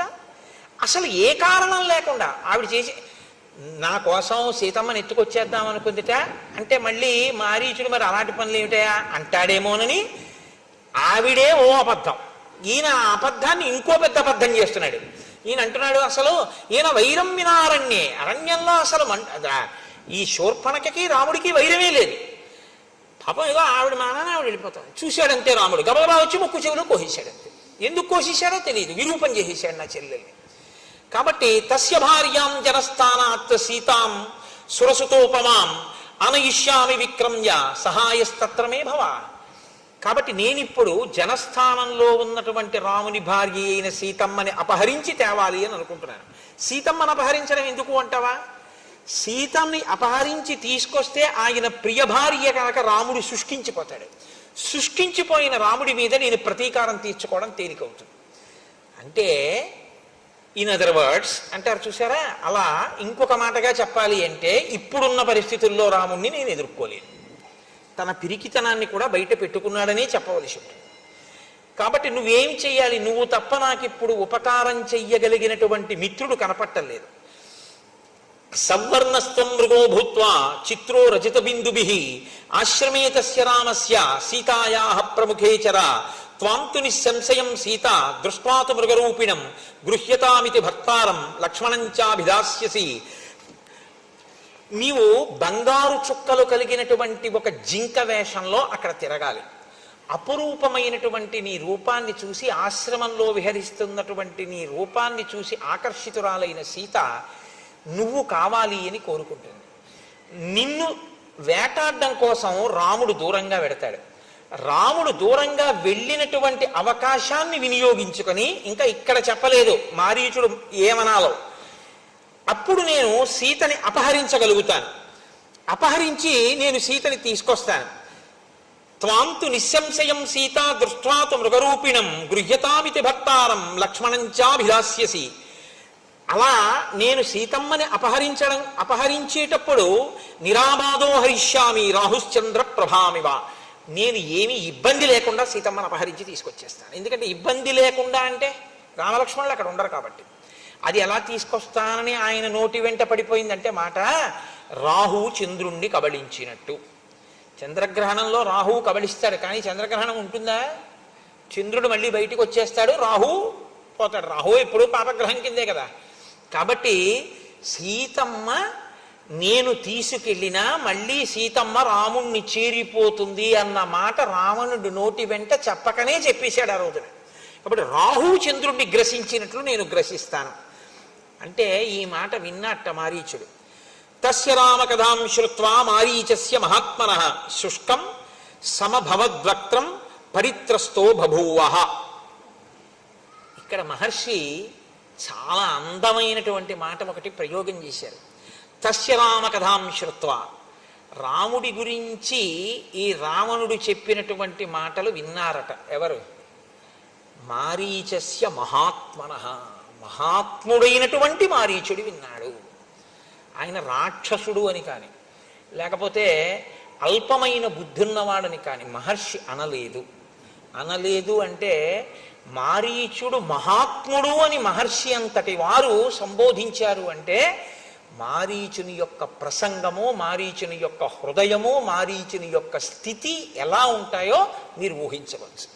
గతంలో అయితే రామునికి అపకారం చేయబోయినవాడు, విశ్వామిత్రుడికి అపకారం చేయబోయినవాడు, యజ్ఞధ్వంసమునకు పాల్పడినవాడు, అధర్మమునందు ప్రవర్తించినవాడు అయి ఉండవచ్చుగాక. కానీ ఇప్పుడున్న మారీచుని పరిస్థితి వేరు. కాబట్టి మారీచస్య మహాత్మనః. కాబట్టి ఇప్పుడు మారీచుడు రామునికి అపకారం చెయ్యాలన్న మాట వినగానే ఓష్టౌ పరినిహన్ శుష్కౌ నేత్రైర్ అనిమిషైరివ మృతభూత ఇవార్తస్తు రావణం సముదైక్షత. పెదవులు ఎండిపోయి గబగబా నాలుకతో పెదవులు నాక్కున్నట్టు. అసలు ఆ మాట వినగానే నీకు పెదవులు ఎండిపోయి నోట మాట రాలేదు. ముఖం పాలిపోయింది, శుష్కించిపోయింది.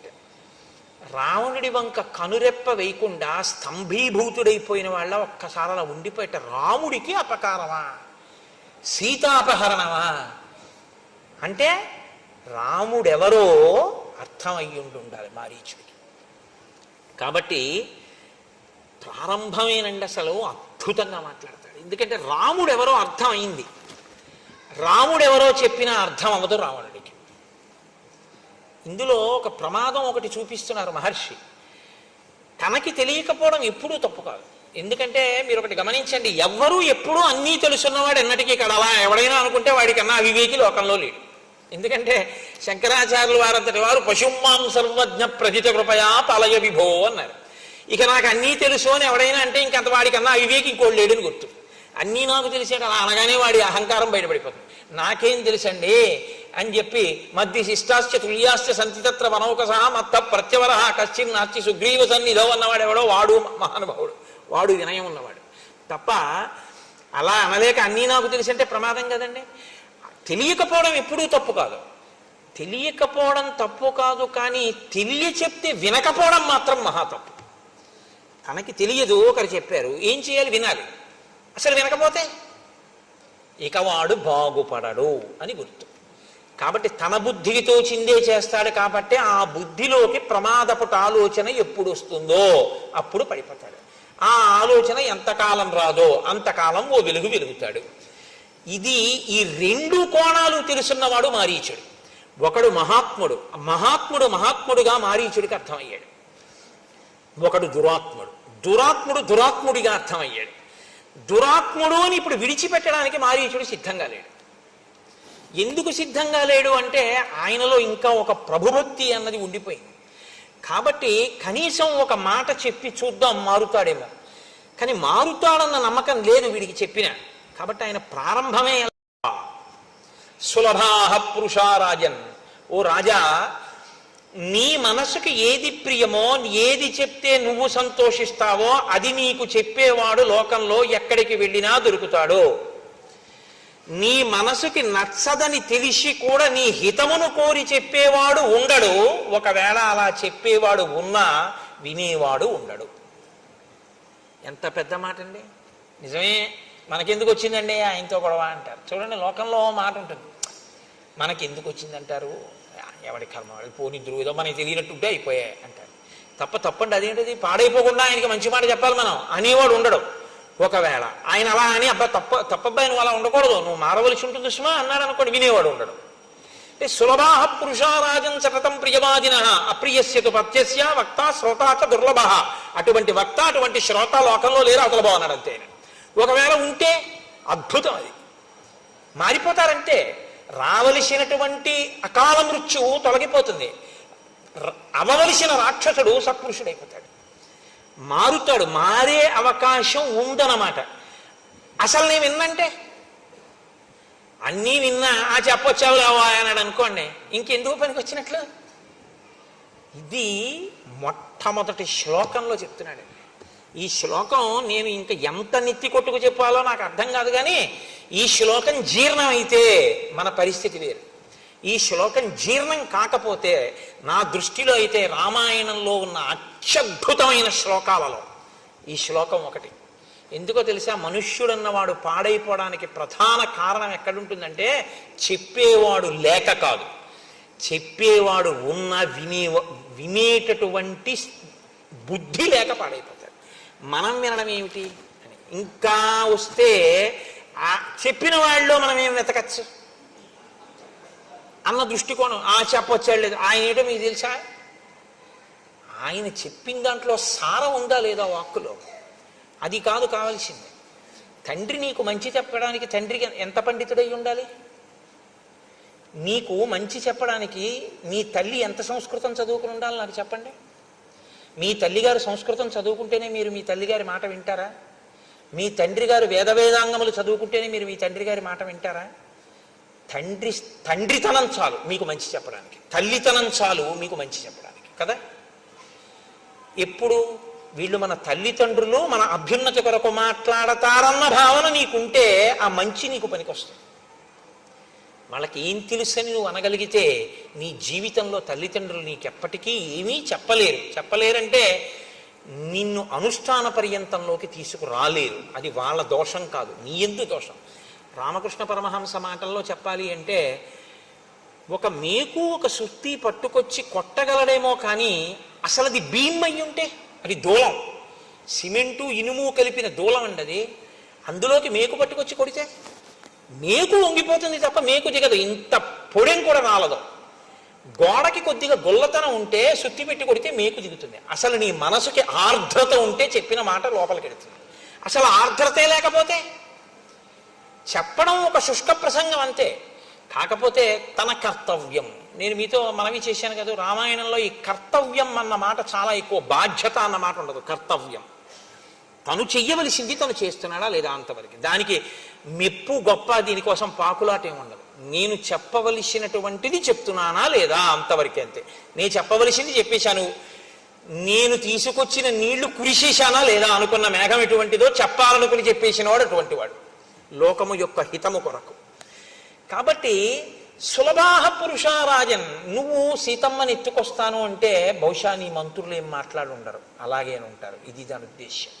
ఇంతకుముందు మాట్లాడాడుగా. కానీ నీ హితమును కోరివి కష్టమైన మాటలా అనిపించిన చెప్పేవాడు ఉంటాడు, వినేవాడు మాత్రం దొరుకుతాడని నమ్మకం లేదు. సాహసించి చెప్పేవాడు కూడా ఉండడు, మనకెందుకు వచ్చిన గొడవ అని కప్పుకుంటారు. కాబట్టి అసలు ఈ మొట్టమొదటి శ్లోకం అర్థమైతేనండి ఇక రామాయణం లేదు, అయిపోయింది రామాయణం ఇక్కడితో.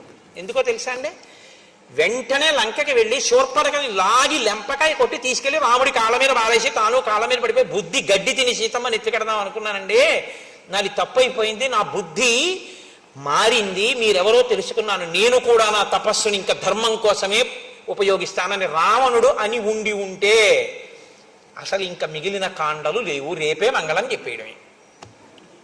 వినకపోవడం వల్ల కదండి కథ అంతా నడిచింది. వినకపోతే ఎంతమంది పాడవుతారో కూడా చెప్తాడు మారీచుడు. ఒక్క స్థానంలో ఉన్నవాడు వాడు కూర్చున్న స్థానాన్ని బట్టి వినకపోవడం అన్న ఫలితం ఉంటుంది.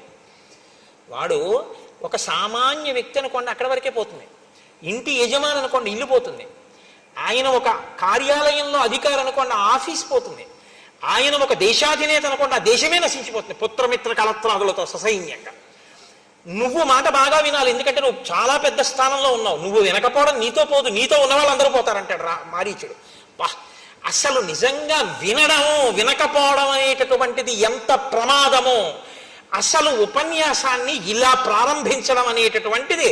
అందుకు కదండి మారీచస్య మహాత్మనః అన్నాడు మహానుభావుడు వాల్మీకి మహర్షి. కాబట్టి నమానం బుద్ధ్యసే రామం మహావీర్యం గుణోన్నతం అయుక్తచారశ్చపలో మహేంద్రవరుణోపమం. అసలు ప్రారంభమే. రావణాసురుణ్ణి ఆయన సంబోధించిన తీరు చూడండి ఎలా మొదలుపెట్టాడు. ఒక్కొక్కసారి మర్యాదగా మాట్లాడి బాగు చేద్దామంటే కుదరదు, అత్యంత ప్రమాదకరమైనటువంటి రీతిలో ఉన్న. ఏదో కొద్దిగా ఒళ్ళు వేడిగా ఉందనుకోండి, పోన్లే ఇవాళ చూద్దాం రేపు పెడదాం హాస్పిటల్ కంటే పర్వాలేదు. వాంతులు విరేచనాలు కూడా అవుతున్నాయి అనుకోండి, ఓ గంట పెడదామంటే పర్వాలేదు. ఊపిరి అందకపోతే వెళ్ళిపోవాలంతే వెంటనే. అప్పుడు ఇంకా కారు ఉంటే కారు, బండి ఉంటే బండి, మోటార్ సైకిల్ ఉంటే మోటార్ సైకిల్, ఏమీ లేకపోతే భుజం మీద వేసి పట్టుకుపోవాలంతే తప్ప కరెంట్ లేదండి, లిఫ్ట్ లేదండి, ఇప్పుడు ఎలా దింపుతామండి, అందులో చూద్దామండి, అరగంట పోయా కరెంట్ వస్తుంది అంటారా? ఈడి చేయాలి కిందకు అవసరమైతే, పట్టుకుపోవాలంతే. అప్పుడు ఇక గౌరవం అన్న మాటతో సంబంధం లేదు. మనిషి చాలా ప్రమాదపట ఆలోచనతో ఉన్నాడు. భజ గోవిందం భజ గోవిందం గోవిందం భజ మూఢమతే అన్నారంతే శంకర భగవత్పాదులు. అవసరాన్ని బట్టి సంబోధన అలా ఉంటుంది, ఆ పరిస్థితిని బట్టి అలా మాట్లాడవలసి ఉంటుంది. మనం మాట్లాడటల్లా పిల్లల విషయంలో ఆ పరిస్థితి యొక్క వ్యగ్రతని బట్టి సంబోధన ఉంటుంది. ఇది తెలుసున్నవాడు మహానుభావుడు. అందుకని ఎలా సంబోధించాడు అంటే అయుక్తచార చపలో. ఒరే నీకు చారులు లేరు. చారులంటే గూఢచారులు. అసలు విషయం ఏమిటి అని చెప్పేవాడు నీకు లేడు. అసలు ఉన్న విషయాన్ని ఉన్నట్టు చెప్తే వినగలిగినటువంటి ఓపిక నీకు లేదు. నువ్వు ఏడుస్తావు. నీకన్నా ఎవడైనా బలవంతుడు ఉన్నాడు, మంచివాడు ఉన్నాడంటే నువ్వు వినవు.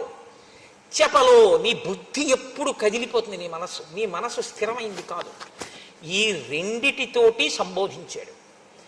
రాజుగా అలా విఫలం, వ్యక్తిగా ఇలా విఫలం. కాబట్టి నువ్వు ఇప్పుడు రెండూ దిద్దుకోవాలి, వ్యక్తిగా దిద్దుకోవాలి, రాజుగా దిద్దుకోవాలి. నువ్వు అసలు రెండిటికీ పనికి మాలిన వాడివి. అసలు ఒక వ్యక్తిగా ఉండడానికి నీకు అర్హత లేని తనంతో ఉన్నావు. నువ్వు చాలా చపలంగా ఉంది నీ మనసు. అసలు నీ మనసుకి ఒక నిలకడన్నది లేదు. ఇలాంటి దాన్ని ఎలా నిలబెట్టావురా తపస్సు అన్న మాటతో?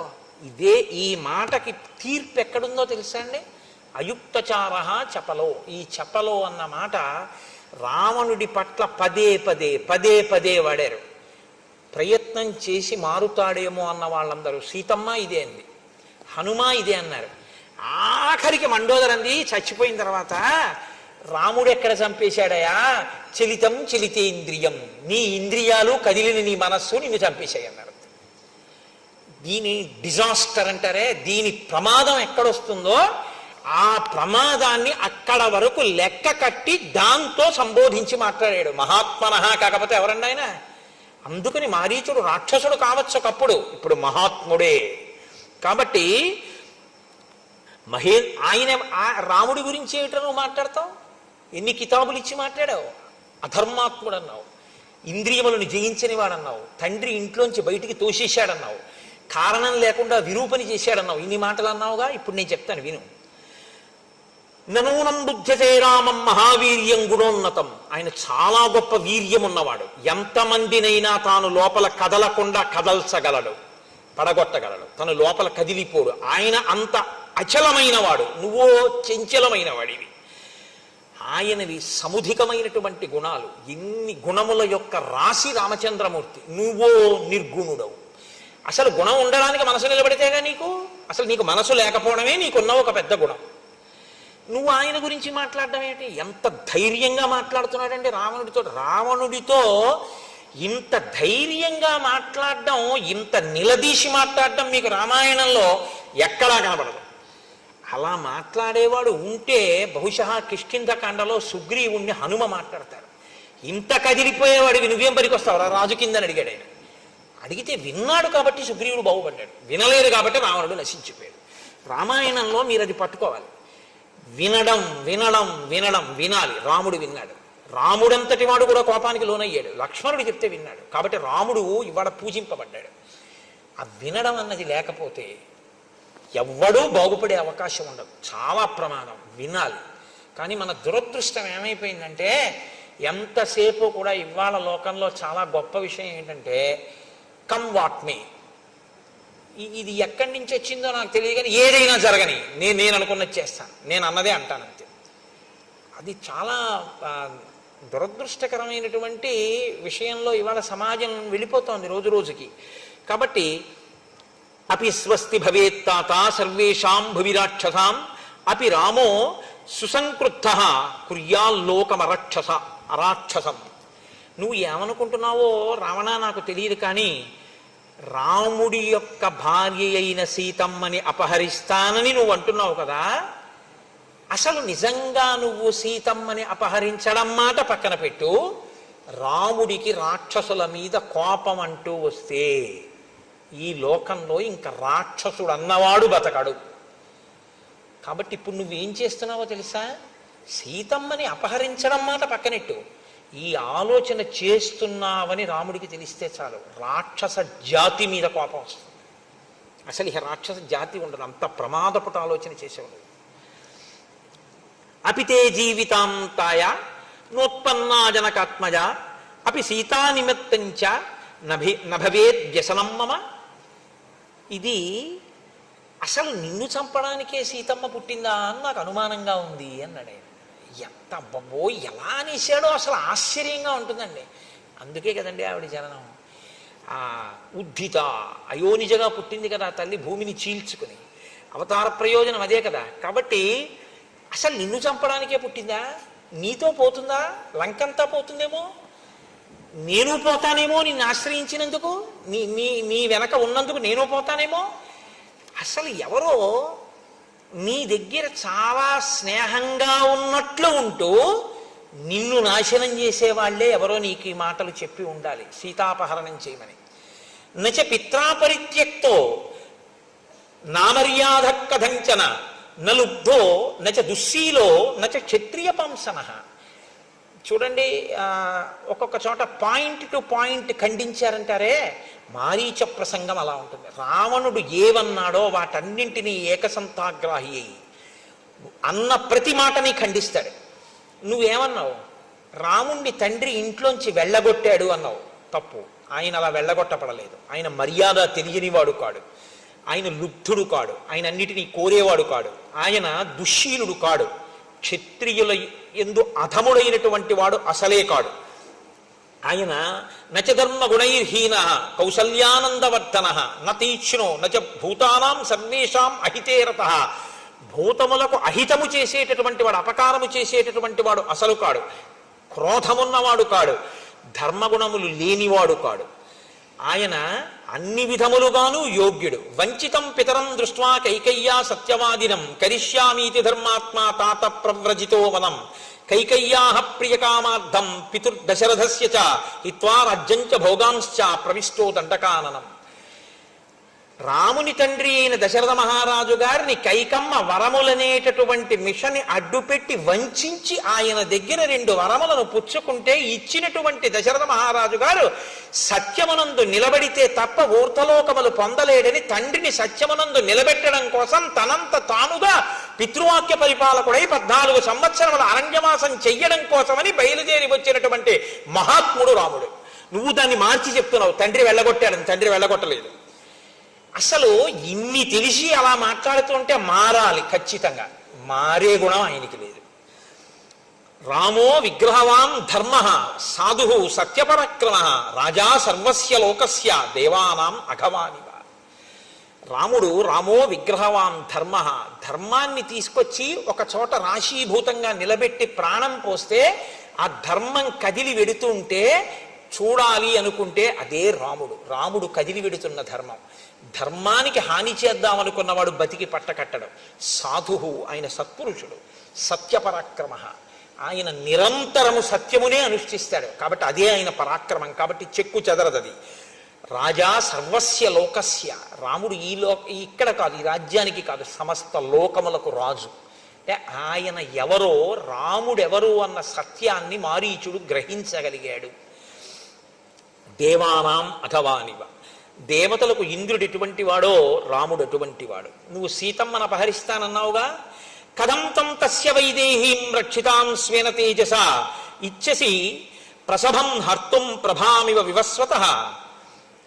ఆ సీతమ్మ రాముని చేతనే రక్షింపబడుతుంది, రామలక్ష్మణులని దూరంగా పంపితే నువ్వు అపహరించగలను అనుకుంటున్నావు.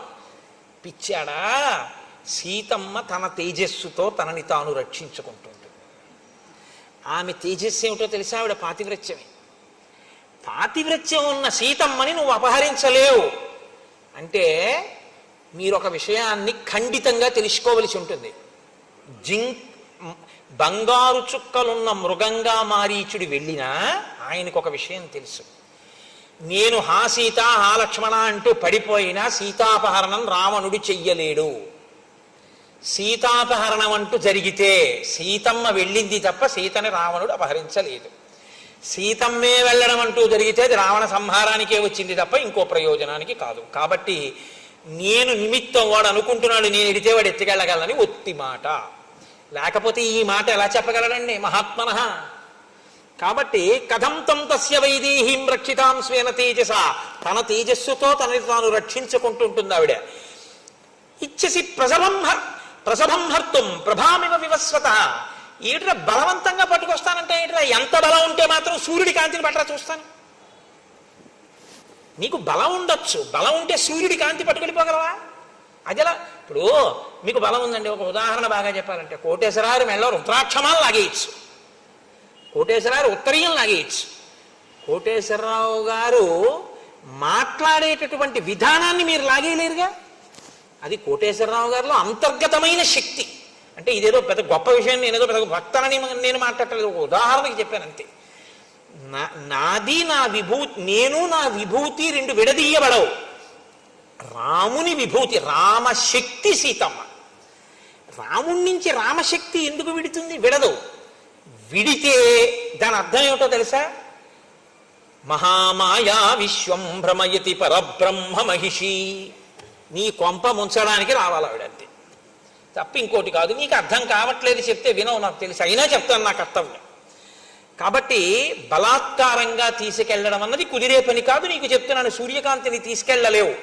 అప్రమేయం హి తత్తేజో యస్య సా జనకాత్మజ నత్వం సమర్థతాం హర్తుం రామ చాపాశ్రయామ్మనే.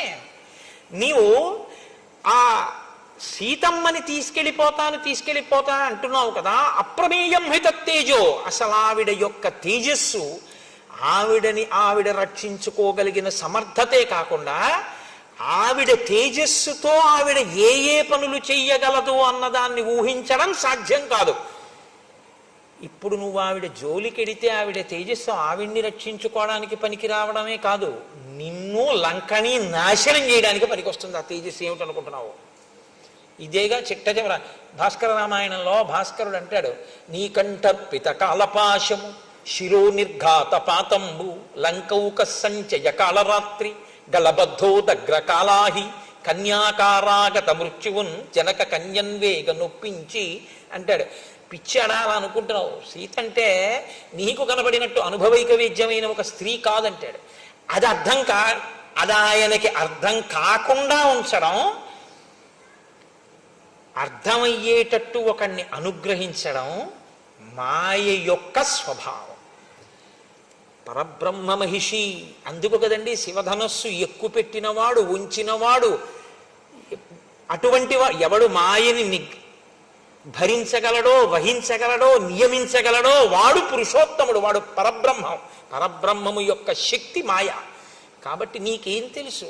ఆవిడ వల్ల పాడైపోతావు, నశించిపోతావు. ఇది అందుకని మహాత్మనః, అసలు నరుడిగా ఉన్న రాముడు ఎవరో కూడా చెప్పగలుగుతున్నాడు మారీచుడు. ఇవాళ ఆయన తపస్సు ఎలా చేశాడన్నది పక్కన పెట్టండి, ఆయనకు ఒక సత్యం ద్యోతకమైంది, ఒక గొప్ప సత్యం ద్యోతకమైంది మారీచుడికి.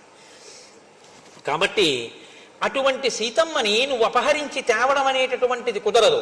తస్య సా నరసింహస్య సింహోరస్కస్య భామిని ప్రాణేభ్యోపి ప్రియతర భార్యా నిత్యమనువ్రత. ఆమె పాతివ్రత్యం ఏమిటో తెలుసా? నరులయందు సింహము వంటి వాడు రాముడు. సింహం యొక్క వక్షస్థలం ఎలా ఉంటుందో అటువంటి వక్షస్థలం ఉన్నవాడు రాముడు. అటువంటి రాముని యొక్క ప్రాణము వంటిది సీతమ్మ. ప్రాణం ఎక్కడ ఉంటుందండి? గుండెల్ని కదా ఆధారం చేసి చెప్తాం. అంటే ఆయన గుండెల్లో ఆవిడుంది, ప్రాణంతో సమానమైనటువంటిది. ఆయనని నిత్యము అనువర్తిస్తుంది. నాకు ప్రాణం సీతమ్మ అంటే అంటావేమో, ఆమె ఆయన్ని అనువర్తిస్తుంది. నువ్వు తీసుకొచ్చినా నీ ప్రాణం పోవడానికి పనికొస్తుంది. కాబట్టి పిచ్చాడా ఆవిడ్ని తీసుకొస్తానంటే ఏంటి? జీవితం చ సుఖం చైవ రాజ్యం చైవ సుదుర్లభం యదీచ్ఛసి చిరం భోక్తం మా కృధారామ విప్రియం. నీ జీవితం బాగుండాలనుకుంటున్నావా?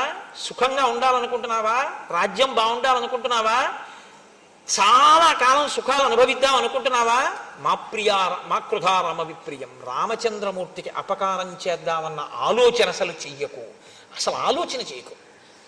నేను చేయనన్నానని ఇంకోటి దగ్గరికి వెళ్ళకు. అసలు ఆలోచన వదిలిపెట్టేసి అంటూ, నేను ఎప్పుడో ఒకనకొకప్పుడు పూర్వకాలంలో యజ్ఞధ్వంసం చేస్తుండేవాడిని. విశ్వామిత్ర మహర్షి దశరథ మహారాజు గారి దగ్గరికి వెళ్ళి రామలక్ష్మణుల్ని ఇద్దరినీ కూడా యజ్ఞరక్షణ కొరకు తీసుకొచ్చారు. అప్పటికి ఆయన చాలా చిన్నపిల్లవాడు. నేను విశ్వామిత్రుడు యాగం చేస్తుంటే ఆ యాగంలో తీసుకెళ్లి యాగభంగం చేయడం కోసమని వెయ్యకూడని పదార్థములు వేయడానికి దగ్గరగా వెళ్ళాను. పిల్లవాడే కదా, ఇతను ఏం చేస్తాడనుకున్నాను. అప్పటికి రాముడు ఎంతవాడో తెలుసా? రావణ అజాతవ్యంజన శ్రీమాన్ పద్మపత్ర నిభీక్షణ ఏకవస్త్రధరో ధన్వీ సిహీ కనకమాలయ. అజాతవ్యంజన శ్రీమాన్, ఇంకా పురుష లక్షణములు పుట్టనివాడు. అంటే ఇంకా మీసాలు కూడా రాలేదు ఆయనకి. పద్మపత్ర నిభీక్షణ, చక్కటి ఆ కనుదోయి కలిగినటువంటి వాడు. పద్మపత్రములు ఎలా ఉంటాయో అటువంటి నేత్రములు కలిగినటువంటి వాడు. ఏకవస్త్రధరో ధన్వి, బ్రహ్మచర్యమునకు అనుగుణంగా ఏకవస్త్రం కట్టుకునేటటువంటి వాడు. శిఖి, పిలక పెట్టుకుని ఉంటాడు. కనకమాలయ, అటువంటి రామచంద్రమూర్తి బాలచంద్రుడు వస్తే ఎలా ప్రకాశిస్తుందో దండకారణ్యం ఆయన వస్తే అలా ప్రకాశించింది. చిన్న పిల్లవాడు వస్తే శోభయం దండకారణ్యం దీప్తేన స్వేన తేజస అదృశ్యతతో రామో బాలచంద్ర యువోదిత. బాలచంద్రుడి చేత ఆకాశము ప్రకాశించినట్టు దండకారణ్యమునకు వచ్చినటువంటి చిన్ని రాముని వలన అలా ప్రకాశించింది. నేను ఆ చిన్న రాముడు మన్నేం చేస్తాడని యజ్ఞభంగం చెయ్యబోయాను. ఆయన మానవాస్త్రం పెట్టి కొట్టాడు నన్ను. కొడితే 100 యోజనముల సముద్రం యువతలకొచ్చి నేను సముద్రంలో పడిపోయాను. నా అదృష్టం కొద్దీ ప్రాణాలు పోలేదు, బతికాను. అప్పటి నుంచి నాకు రాముడంటే చాలా భయం. అంత చిన్న పిల్లాడు కొట్టాడు నన్ను మానవాస్త్రం పెట్టి 100 యోజనముల దూరం వెళ్ళి పడేటట్టు. ఆ తర్వాత ఆయన యవ్వనంలోకి వచ్చాడు, పెళ్లి చేసుకున్నాడు. ఆయన చాలామంది ఋషుల్ని సేవించాడు, అగస్త్యాది మహర్షుల్ని సేవించాడు. ఇప్పటికి ఆయన దగ్గర ఇంత శస్త్రాస్త్ర సంపద ఉందో. అప్పుడే ఎలా ఉన్నాడంటే ఇప్పుడు ఆయన దగ్గరికి ఎవడెడతాడరా, ఆయన జోలికి వెళ్ళడం ఏమిట్రా? ఎంత సత్యం మాట్లాడుతున్నాడండి. రాముని యొక్క ఎదుగుదలని బాగా తెలుసుకున్నవాడు మారీచుడు. రాముడి గురించి ఏమీ తెలియకుండా ఆయనంత వాడంటున్నటువంటి వాడు రావణాసుడు. అంటూ ఆయన అన్నాడు, హమ్య ప్రాసాద సంబంధాం నానారత్న విభూషితాం ద్రక్షచిత్తం పురీం లంకాం వినష్టాం మైథిలీకృతే. నువ్వే కాని సీతమ్మని తీసుకొచ్చే ప్రయత్నం చేశావో, అనేకమైన ప్రాసాదములతో ఇరుగ్గా ఉండేటటువంటి లంక, అంటే ఐశ్వర్యంతో అంత శోభిల్లుతున్న లంక, అంత సంతోషంగా భోగమనుభవిస్తున్న లంకావాసులు అందరూ నశించిపోతారు. రావణ పరదారాభిమర్శాత్ నాణ్యత్ పాపతరం మహత్ ప్రమదానాం సహస్రాణి తవ రాజం పరిగ్రహ. అన్య స్త్రీని కోరుకున్నటువంటి వాడు, పరుల భార్యని కోరుకున్నవాడు జీవితంలో వృద్ధిలోకి వచ్చి బతికి బట్ట కట్టినట్టు లోకంలో ఇప్పటి వరకు లేదు. ఒకటి గుర్తుపెట్టుకోండి, లోకంలో అన్నిటికన్నా కష్టం ఏమిటో తెలుసా అండి? చాలా చాలా కష్టం ఏమిటో తెలుసా? చచ్చిపోవడం.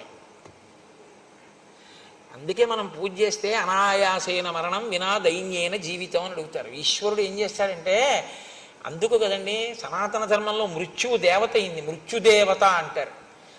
ఆవిడ తీసుకోలేదనుకోండి, ఆవిడ నేను పట్టుకెళ్ళనండి అప్పుడేందనుకోండి, అయిపోయిందే వాడి పని.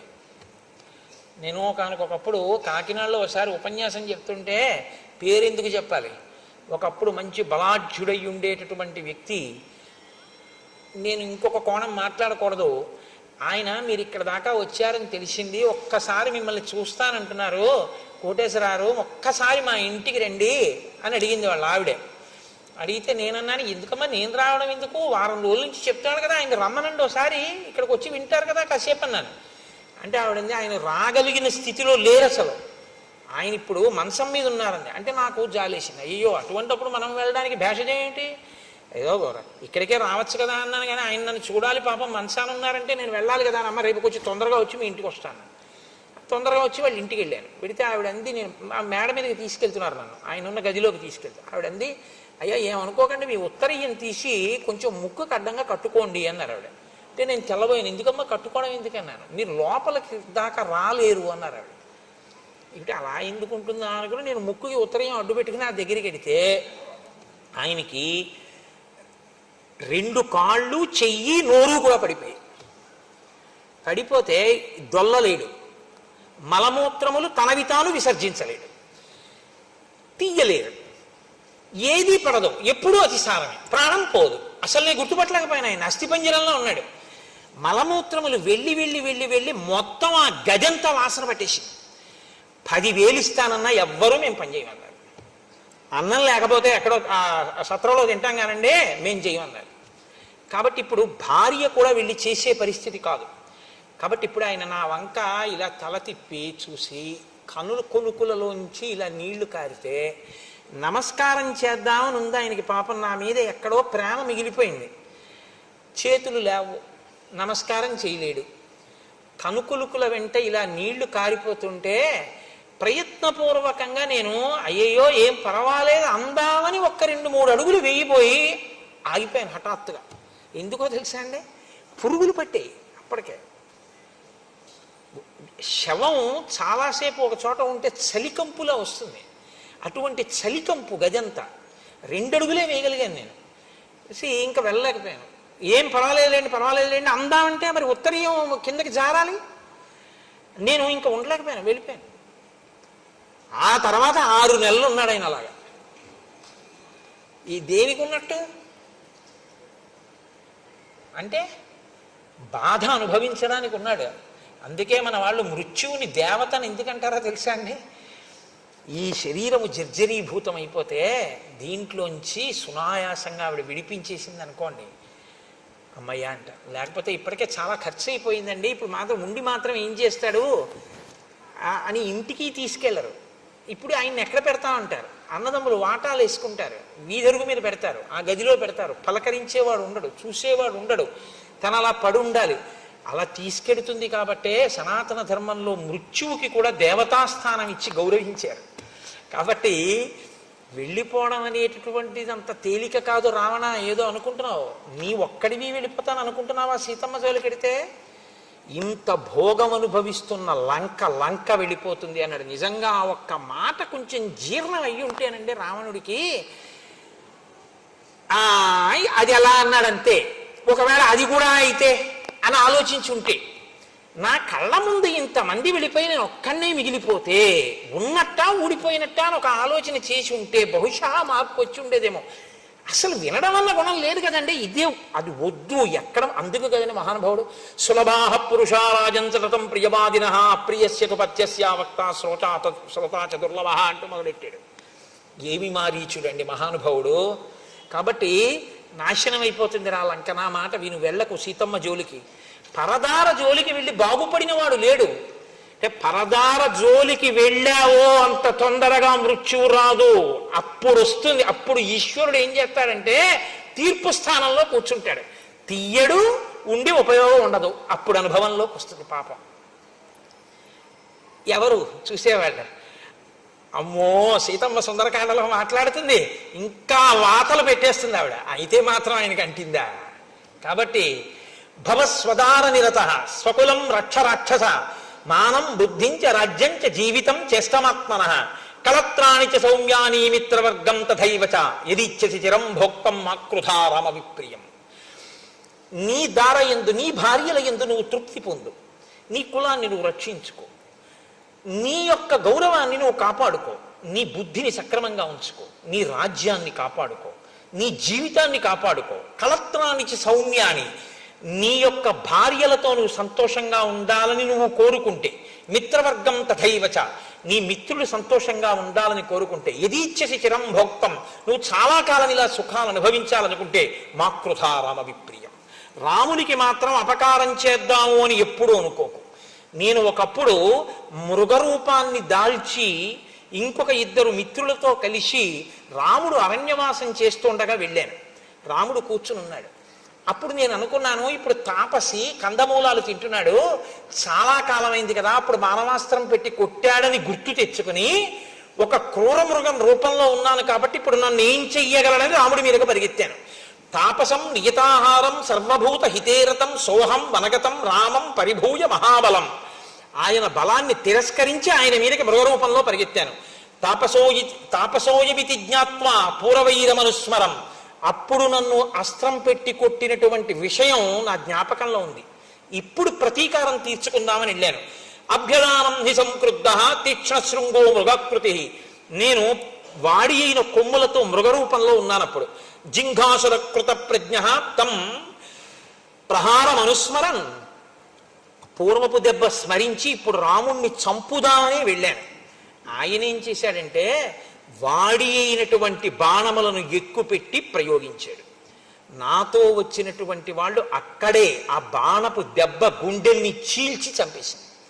నేను అటు ఇటు తిరిగి ఆ బాణపు దెబ్బ తప్పుకుని పారిపోయించాను. బాణం నాకు తగలలేదు, కానీ ఇహ ప్రవ్రాజితో యుక్త తాపసోహం సమాహిత, ఆ రోజు పారిపోయి వచ్చిన వాడిని పండించి ఓ పర్ణశాల కట్టుకుని తపస్సు చేయడం మొదలెట్టాను. ఇహ బయటికి వెళ్ళటలేదు. ఎందుకు వెళ్ళటలేదంటావేమో, వృక్షే వృక్షేచ పశ్యామి చీర కృష్ణాజినాంబరం గృహీత ధనుషం రామం పాశహస్తం ఇవాంతకం. నేను ఎక్కడికన్నా బయటికి వెళ్ళాననుకో, వృక్షే వృక్షేచ పశ్యామి చీర కృష్ణాజినాంబరం, ఇలా తలెత్తి చూస్తే ఏ చెట్టు మీద ఏ కొమ్మ మీద చూసినా సరే నారచీర కట్టుకుని చేతిలో ధనస్సు పట్టుకుని రాముడు కనబడుతూ ఉంటాడు. ఎన్ని చోట్లని పరిగెత్తను, ఎక్కడికి పరిగెత్తినా రాముడే కనబడుతూ ఉంటాడు.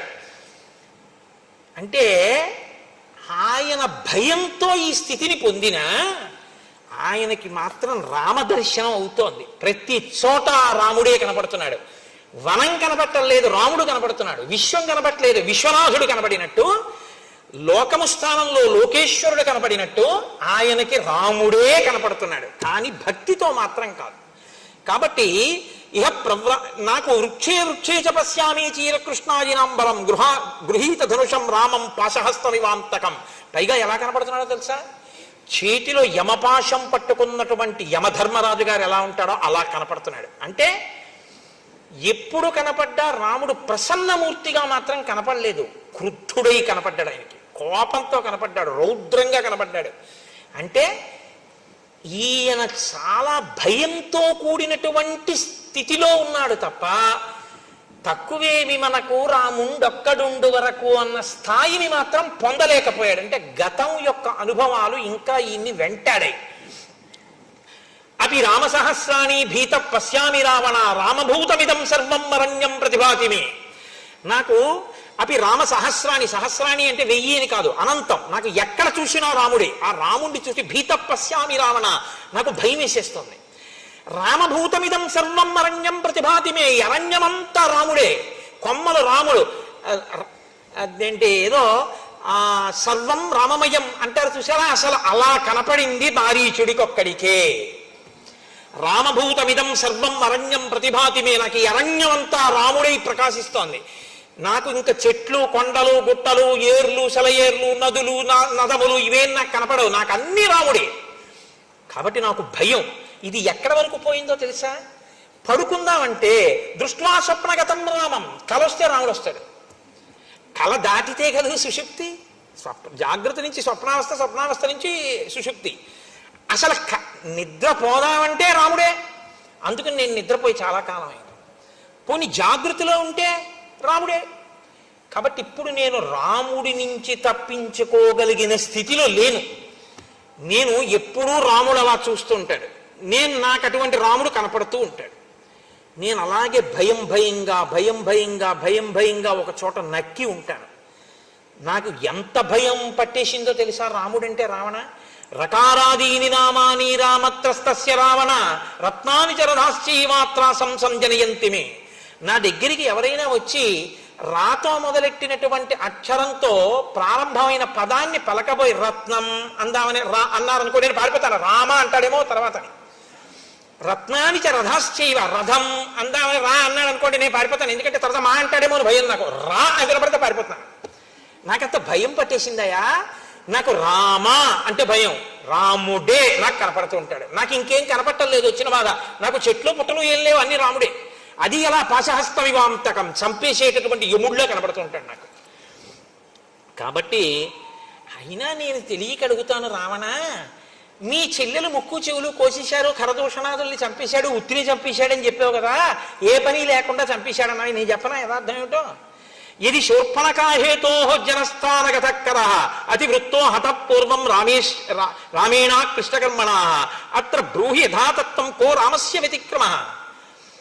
ఈ ఖరదూషణాదులనేటటువంటి వాళ్ళు మర్యాదని మరిచిపోయి రామచంద్రమూర్తికి ఇంతమందిని కలిసి యుద్ధానికి వెడితే రాముడు 14,000 మందిని యుద్ధంలో తెగటార్చాడు.